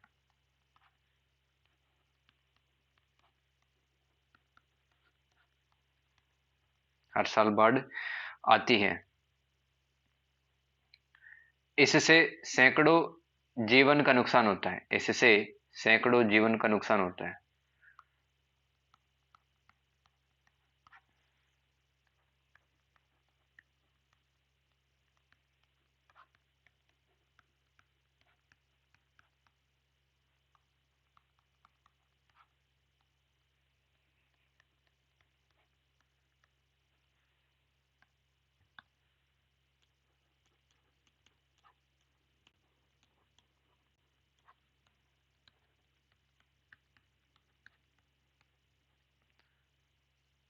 तथा अनेक हेक्टेयर में खड़ी फसल बर्बाद हो जाती है। तथा अनेक हेक्टेयर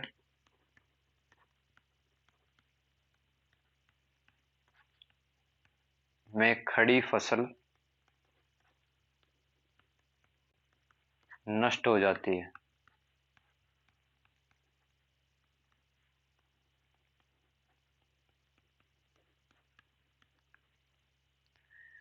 भारत की कुल 12% भूमि बाढ़ से प्रभावित है। भारत की कुल 12% भूमि बाढ़ से प्रभावित है। सबसे प्रभावित राज्य लिखो, नीचे लिखो, बाढ़ प्रभावित राज्य कौन कौन से हैं? असम, बिहार, पश्चिम बंगाल,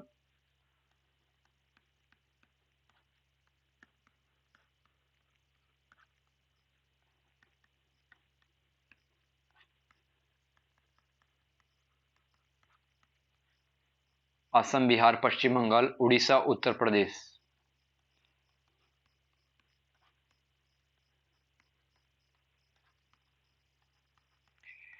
ये भारत के स्टेट हैं जहां पर सबसे ज्यादा बाढ़ आती है। ठीक है, most affected states from the floods. आगे लिखो, भारत की कुछ भीषण बाढ़ें, मतलब सबसे ज्यादा नुकसान पहुंचाए हो उन बाढ़ों ने। भारत की भीषण बाढ़ें, भारत की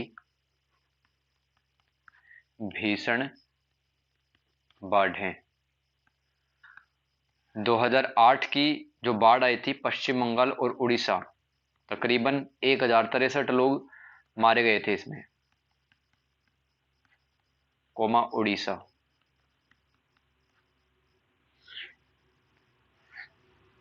2009 की बाढ़, ठीक है, लगभग 1000 आदमी इसमें मारे गए थे। बिहार, कोमा उड़ीसा, कोमा पश्चिम बंगाल में आई थी ये वाले जो राज्य हैं वो गंगा और ब्रह्मपुत्र के मैदानों में स्थित है। यहां पर सबसे ज्यादा बाढ़ें आती हैं। बिहार, कोमा उड़ीसा,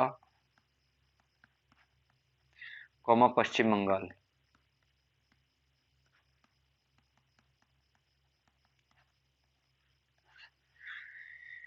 फिर 2009 की कर्नाटक बाढ़,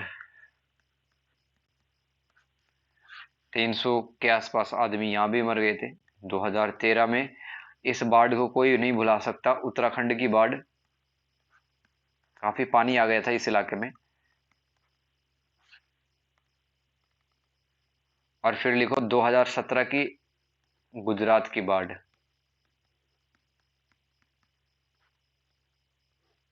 ठीक है, बस आप इंपॉर्टेंट इन्हीं को याद रखना। 2008 की पश्चिम बंगाल उड़ीसा, 2009 बिहार उड़ीसा पश्चिम बंगाल, 2009 कर्नाटक, 2013 में उत्तराखंड में आई, 2017 में गुजरात में आई थी।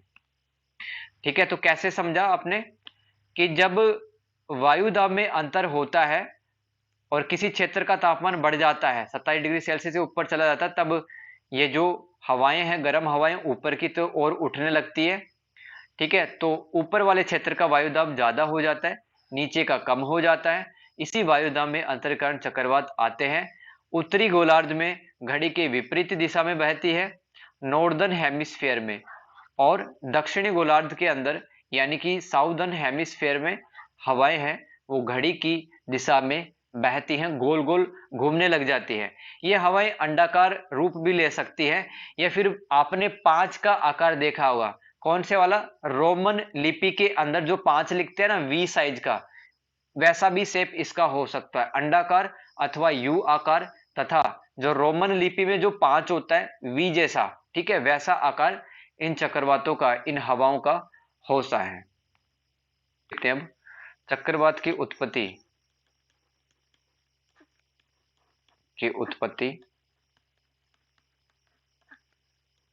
वायु दाब में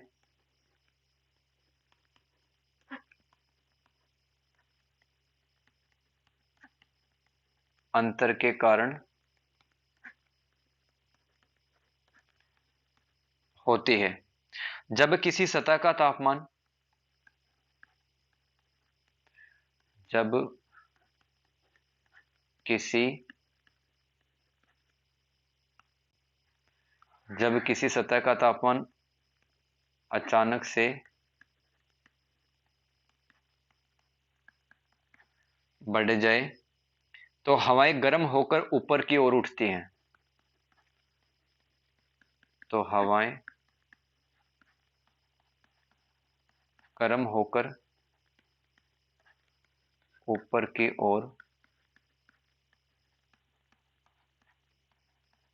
उठती है, तो आसपास उच्च वायु दाब का क्षेत्र बन जाता है। तो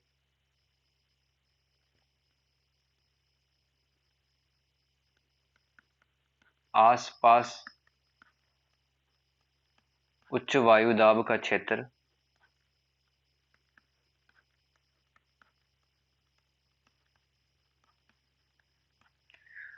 वायु दाब का क्षेत्र बन जाता है। चक्रवात के केंद्र में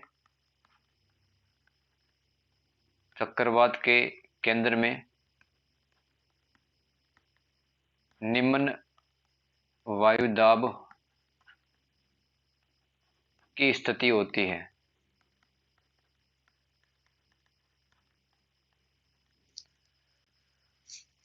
आगे नोट लगा के लिखो, नोट।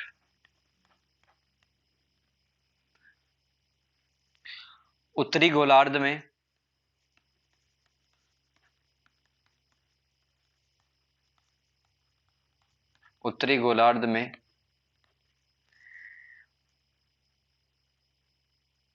चक्रवात से संबंधित हवाएं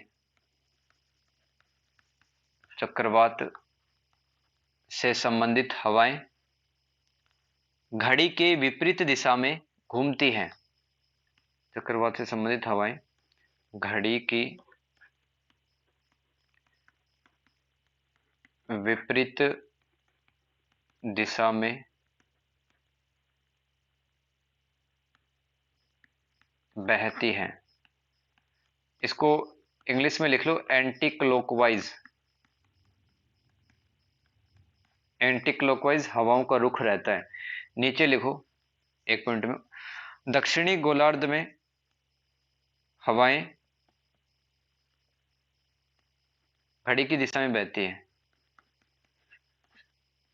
दक्षिणी गोलार्ध में हवाएं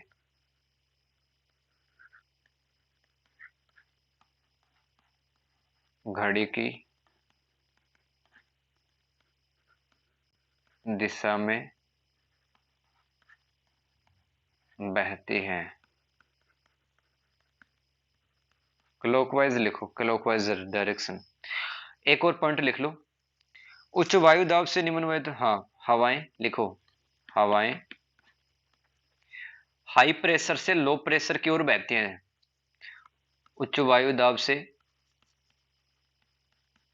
अच्छा पॉइंट है, हवाएं उच्च वायु दाब से निम्न वायुदाब की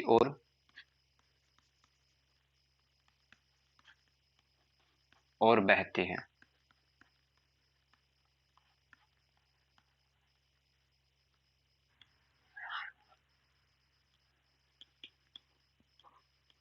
भारतीय चक्रवात से जोखिम भरी तेज हवाएं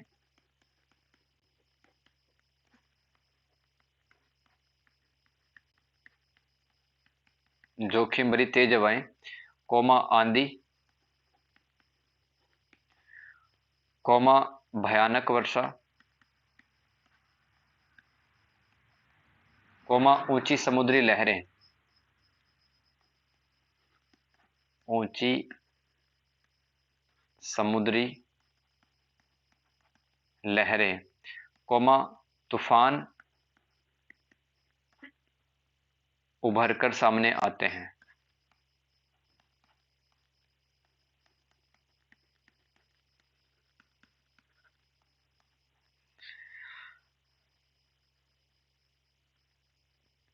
चक्रवात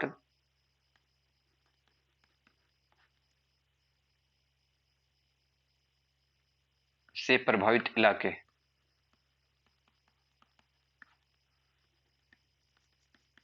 चक्रवात से प्रभावित इलाके। लिखो पश्चिम बंगाल। पश्चिम बंगाल तो बंगाल की खाड़ी के जस्ट पास में है, तो हवाएं यहां पर टकराती है। पहले पश्चिम बंगाल काफी ज्यादा नुकसान पहुंचता है। 1737 में एक यहाँ पे तूफान आया था, 3 लाख लोग मर गए थे यहाँ पे। हुगली एक जगह है पश्चिम बंगाल में, वहां पे, क्योंकि ये बंगाल की खाड़ी के पास सबसे जस्ट नियरेस्ट लोकेशन है पश्चिम बंगाल। आगे लिखो उड़ीसा। उड़ीसा और आंध्र प्रदेश, तमिलनाडु, गुजरात, तमिलनाडु, गुजरात, बंगाल की खाड़ी से सटे इलाके,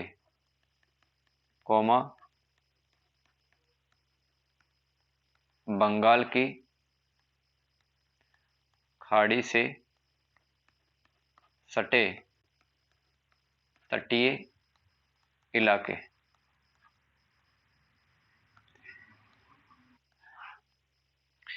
इसमें लिखो एक तरफ साल लिख लो और एक तरफ प्रभावित राज्य और दूसरी तरफ लिखो मौतें। तो इसमें लिख लो 1737 कहाँ पे आया था ये हुगली पश्चिम बंगाल। हुगली पश्चिम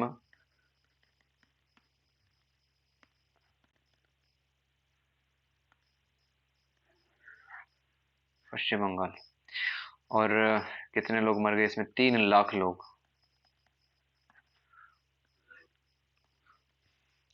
अभी याद हो तो बिपरजॉय भी आया था, याद है ना? बिपरजॉय गुजरात के तट से टकराने वाला था, ठीक है? तो वो भी एक आपदा ही है। 1876 बेकरगंज नाम से एक जगह, पहले जब बांग्लादेश भारत का हिस्सा हुआ करता था तब बेकरगंज भारत में आता था, अब बांग्लादेश में आता है। देखो बेकरगंज,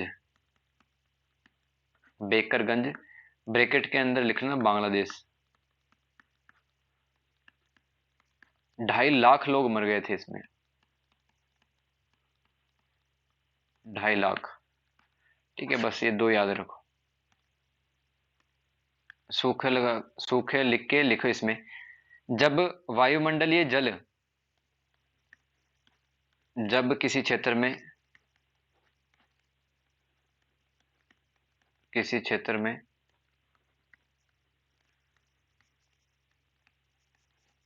वायुमंडलीय जल, सतही जल, जैसे कि झील, तालाब, कुंड का जो पानी होता है सतही जल होता है, ठीक है? सतही जल और भूजल, ग्राउंड वाटर।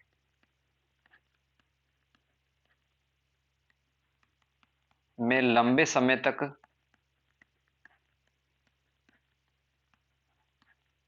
कमी हो जाए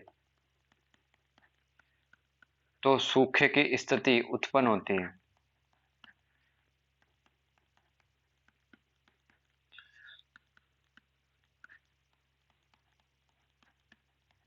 सूखे की स्थिति उत्पन्न होती है।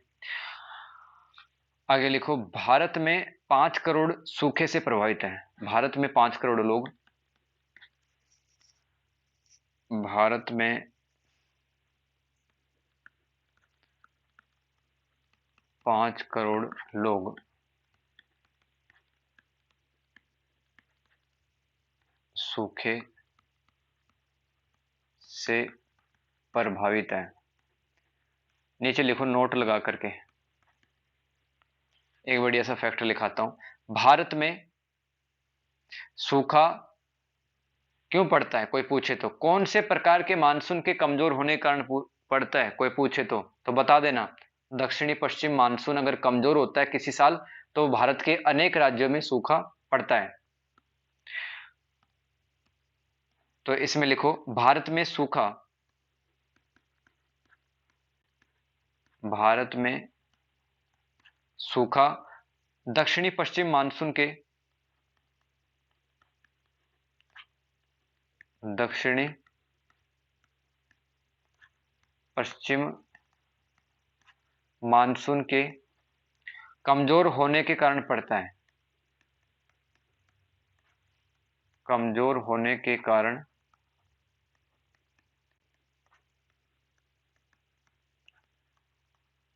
पड़ता है। राजस्थान में अरावली का पश्चिम भाग तथा गुजरात में सबसे ज्यादा सूखा पड़ता है। यहाँ प्रतिवर्ष 9 सेंटीमीटर से भी कम बारिश होती है।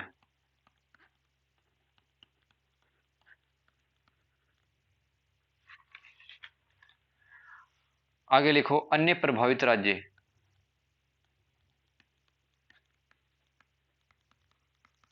अन्य प्रभावित राज्य, इसके अंदर लिखना Uttar Pradesh, comma Madhya Pradesh,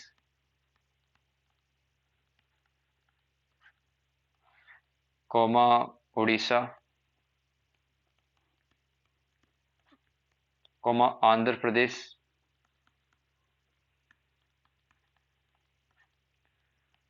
comma Maharashtra, comma Telangana.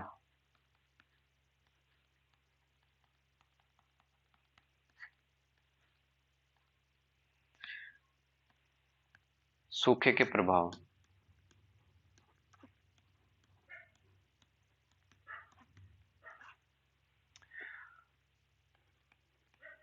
पशु मर जाते हैं,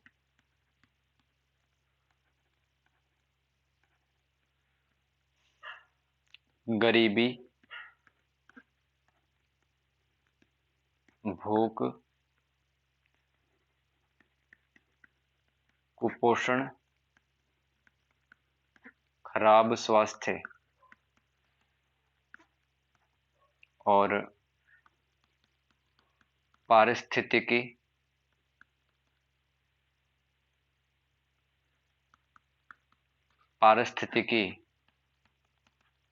तंत्र का नुकसान,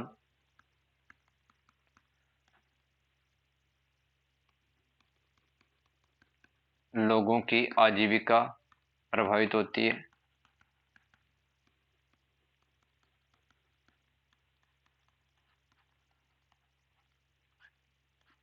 पलायन, लोग अपने गांव को छोड़कर शहरों की तरफ आ जाते हैं। लास्ट हेडिंग है इस चैप्टर की, जी फॉर ग्रीन। उष्म लहरें, हीट वेव्स, व कोल्ड वेव्स, व शीत लहरें। ठीक है, तो इसमें उष्ण लहरों के बारे में लिखो सबसे पहले। उष्ण लहरें,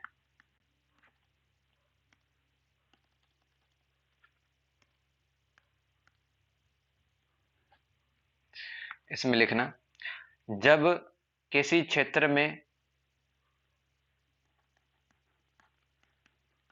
जब किसी क्षेत्र विशेष में बहने वाली हवाओं का औसतन तापमान, औसतन तापमान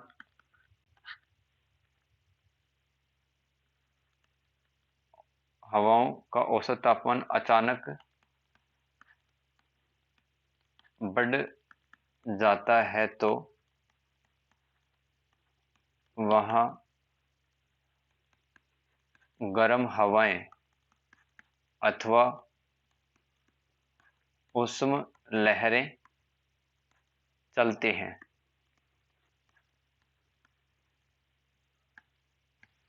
भारत में उष्ण लहरें सर्वाधिक उत्तरी पश्चिम भारत में चलती हैं। उत्तरी पश्चिम भारत में चलती है। नोट लगा के लिखो, बढ़िया पॉइंट बता रहा हूं, लिखना इसे। जब मैदानी क्षेत्रों का तापमान 40 डिग्री सेंटीग्रेड, 40 डिग्री सेल्सियस से ऊपर चला जाए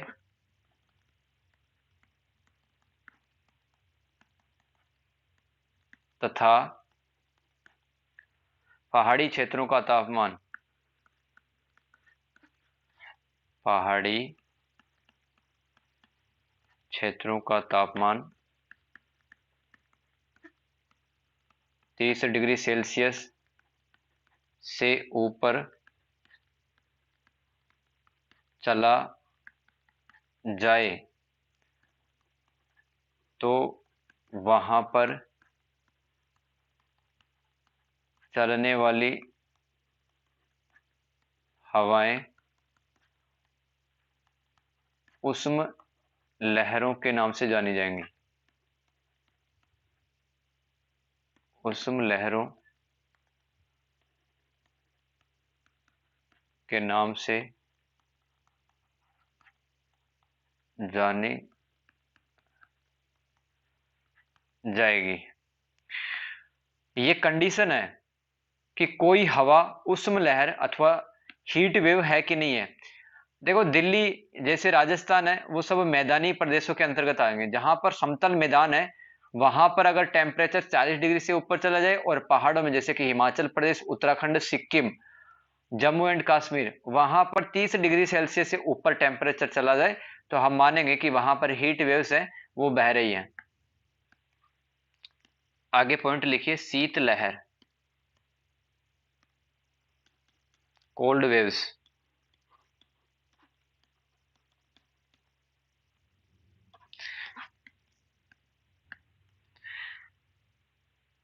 चौबीस घंटों के भीतर तापमान में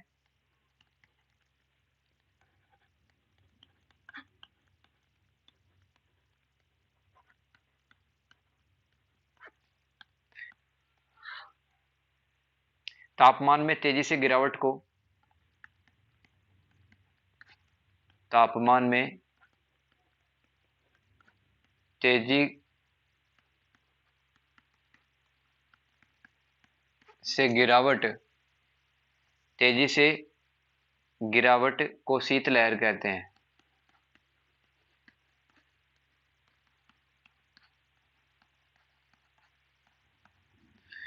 कहते हैं, अथवा लगा के लिखो, 2 दिन तक 4.5 डिग्री सेल्सियस से भी कम तापमान हो।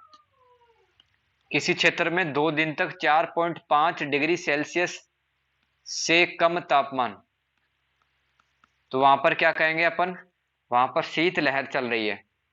ठीक है, अब कारण लिखो, शीत लहर क्यों चलती है, कारण लगा के लिखो। लिखो इसके अंदर, ऊपरी हिमालय में बर्फबारी, ऊपरी हिमालय में बर्फबारी, और एक और पॉइंट लिखो कारण में, उस क्षेत्र में बादलों के आच्छादन का अभाव,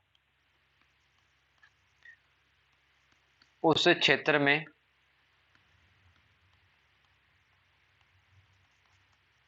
बादलों के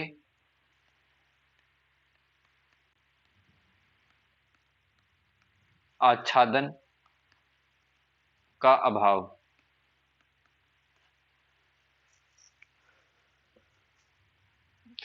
देखो, बादलों के आच्छादन का मतलब क्या है, बादल बने रहना। जैसे मैं बताता हूं, ठीक है, जैसे कि ये बादल है और ऊपर से सनलाइट आ रही है, ठीक है, ऊपर से सूरज की किरणें आई, राइट, और कुछ सूरज की किरणें वो नीचे आ गई धरती पे। ध्यान से समझना, इंपॉर्टेंट कॉन्सेप्ट है, ये धरती है। अब इस धरती से कुछ किरणें है ना, वो परावर्तित होकर वापस जाती हैं, ठीक है, तो ये बादल रोक लेते हैं कुछ किरणों को, सूरज की किरणों को रोक लेते हैं। इस कारण से हमारे आसपास का जो टेम्परेचर है वो थोड़ा गर्म रहता है, ठीक है, हमारे आसपास का जो वातावरण है ना वो गर्म रहता है। क्यों? क्योंकि जो धरती पर किरण आई थी जब वो बादलों से टकराई तो वहीं पर रह गई, लेकिन जिस इलाके में बादल है ही नहीं, तो वहां पर आप ये सोचो कि क्या ये जो वापस लौटने वाली जो किरण है ग्रीन कलर की, ठीक है, वो तो सीधी चली जाएगी, ठीक है, सीधी चली जाएगी, तो टेम्परेचर है वहां का तो ठंडा ही होगा, वातावरण गर्म नहीं रहेगा।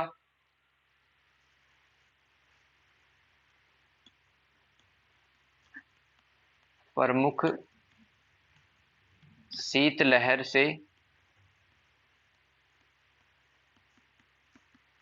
प्रभावित क्षेत्र, ठीक है, इसके अंदर लिखो कौन कौन से इलाके हैं जहां पर शीतलहरें चलती हैं। पंजाब, क्योंकि ये हिमालय के जस्ट पास में है पंजाब, और पंजाब है तो हरियाणा भी आएगा, ठीक है। लिखो हिमाचल प्रदेश, लिखो हिमाचल प्रदेश, और कोमा उत्तराखंड, उत्तराखंड के आगे लिखो दिल्ली, दिल्ली कोमा हरियाणा, कोमा राजस्थान,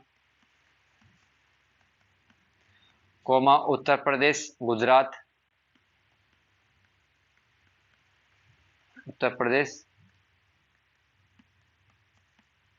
गुजरात, और मध्य प्रदेश छत्तीसगढ़ बिहार, मध्य प्रदेश छत्तीसगढ़ बिहार, झारखंड पश्चिम बंगाल,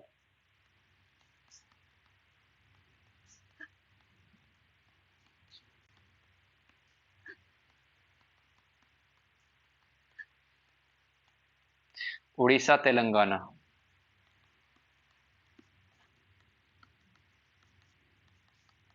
ये आपका चैप्टर नंबर 4 है वो कंप्लीट होता है। आई होप आपको समझ में आएगा अच्छे से।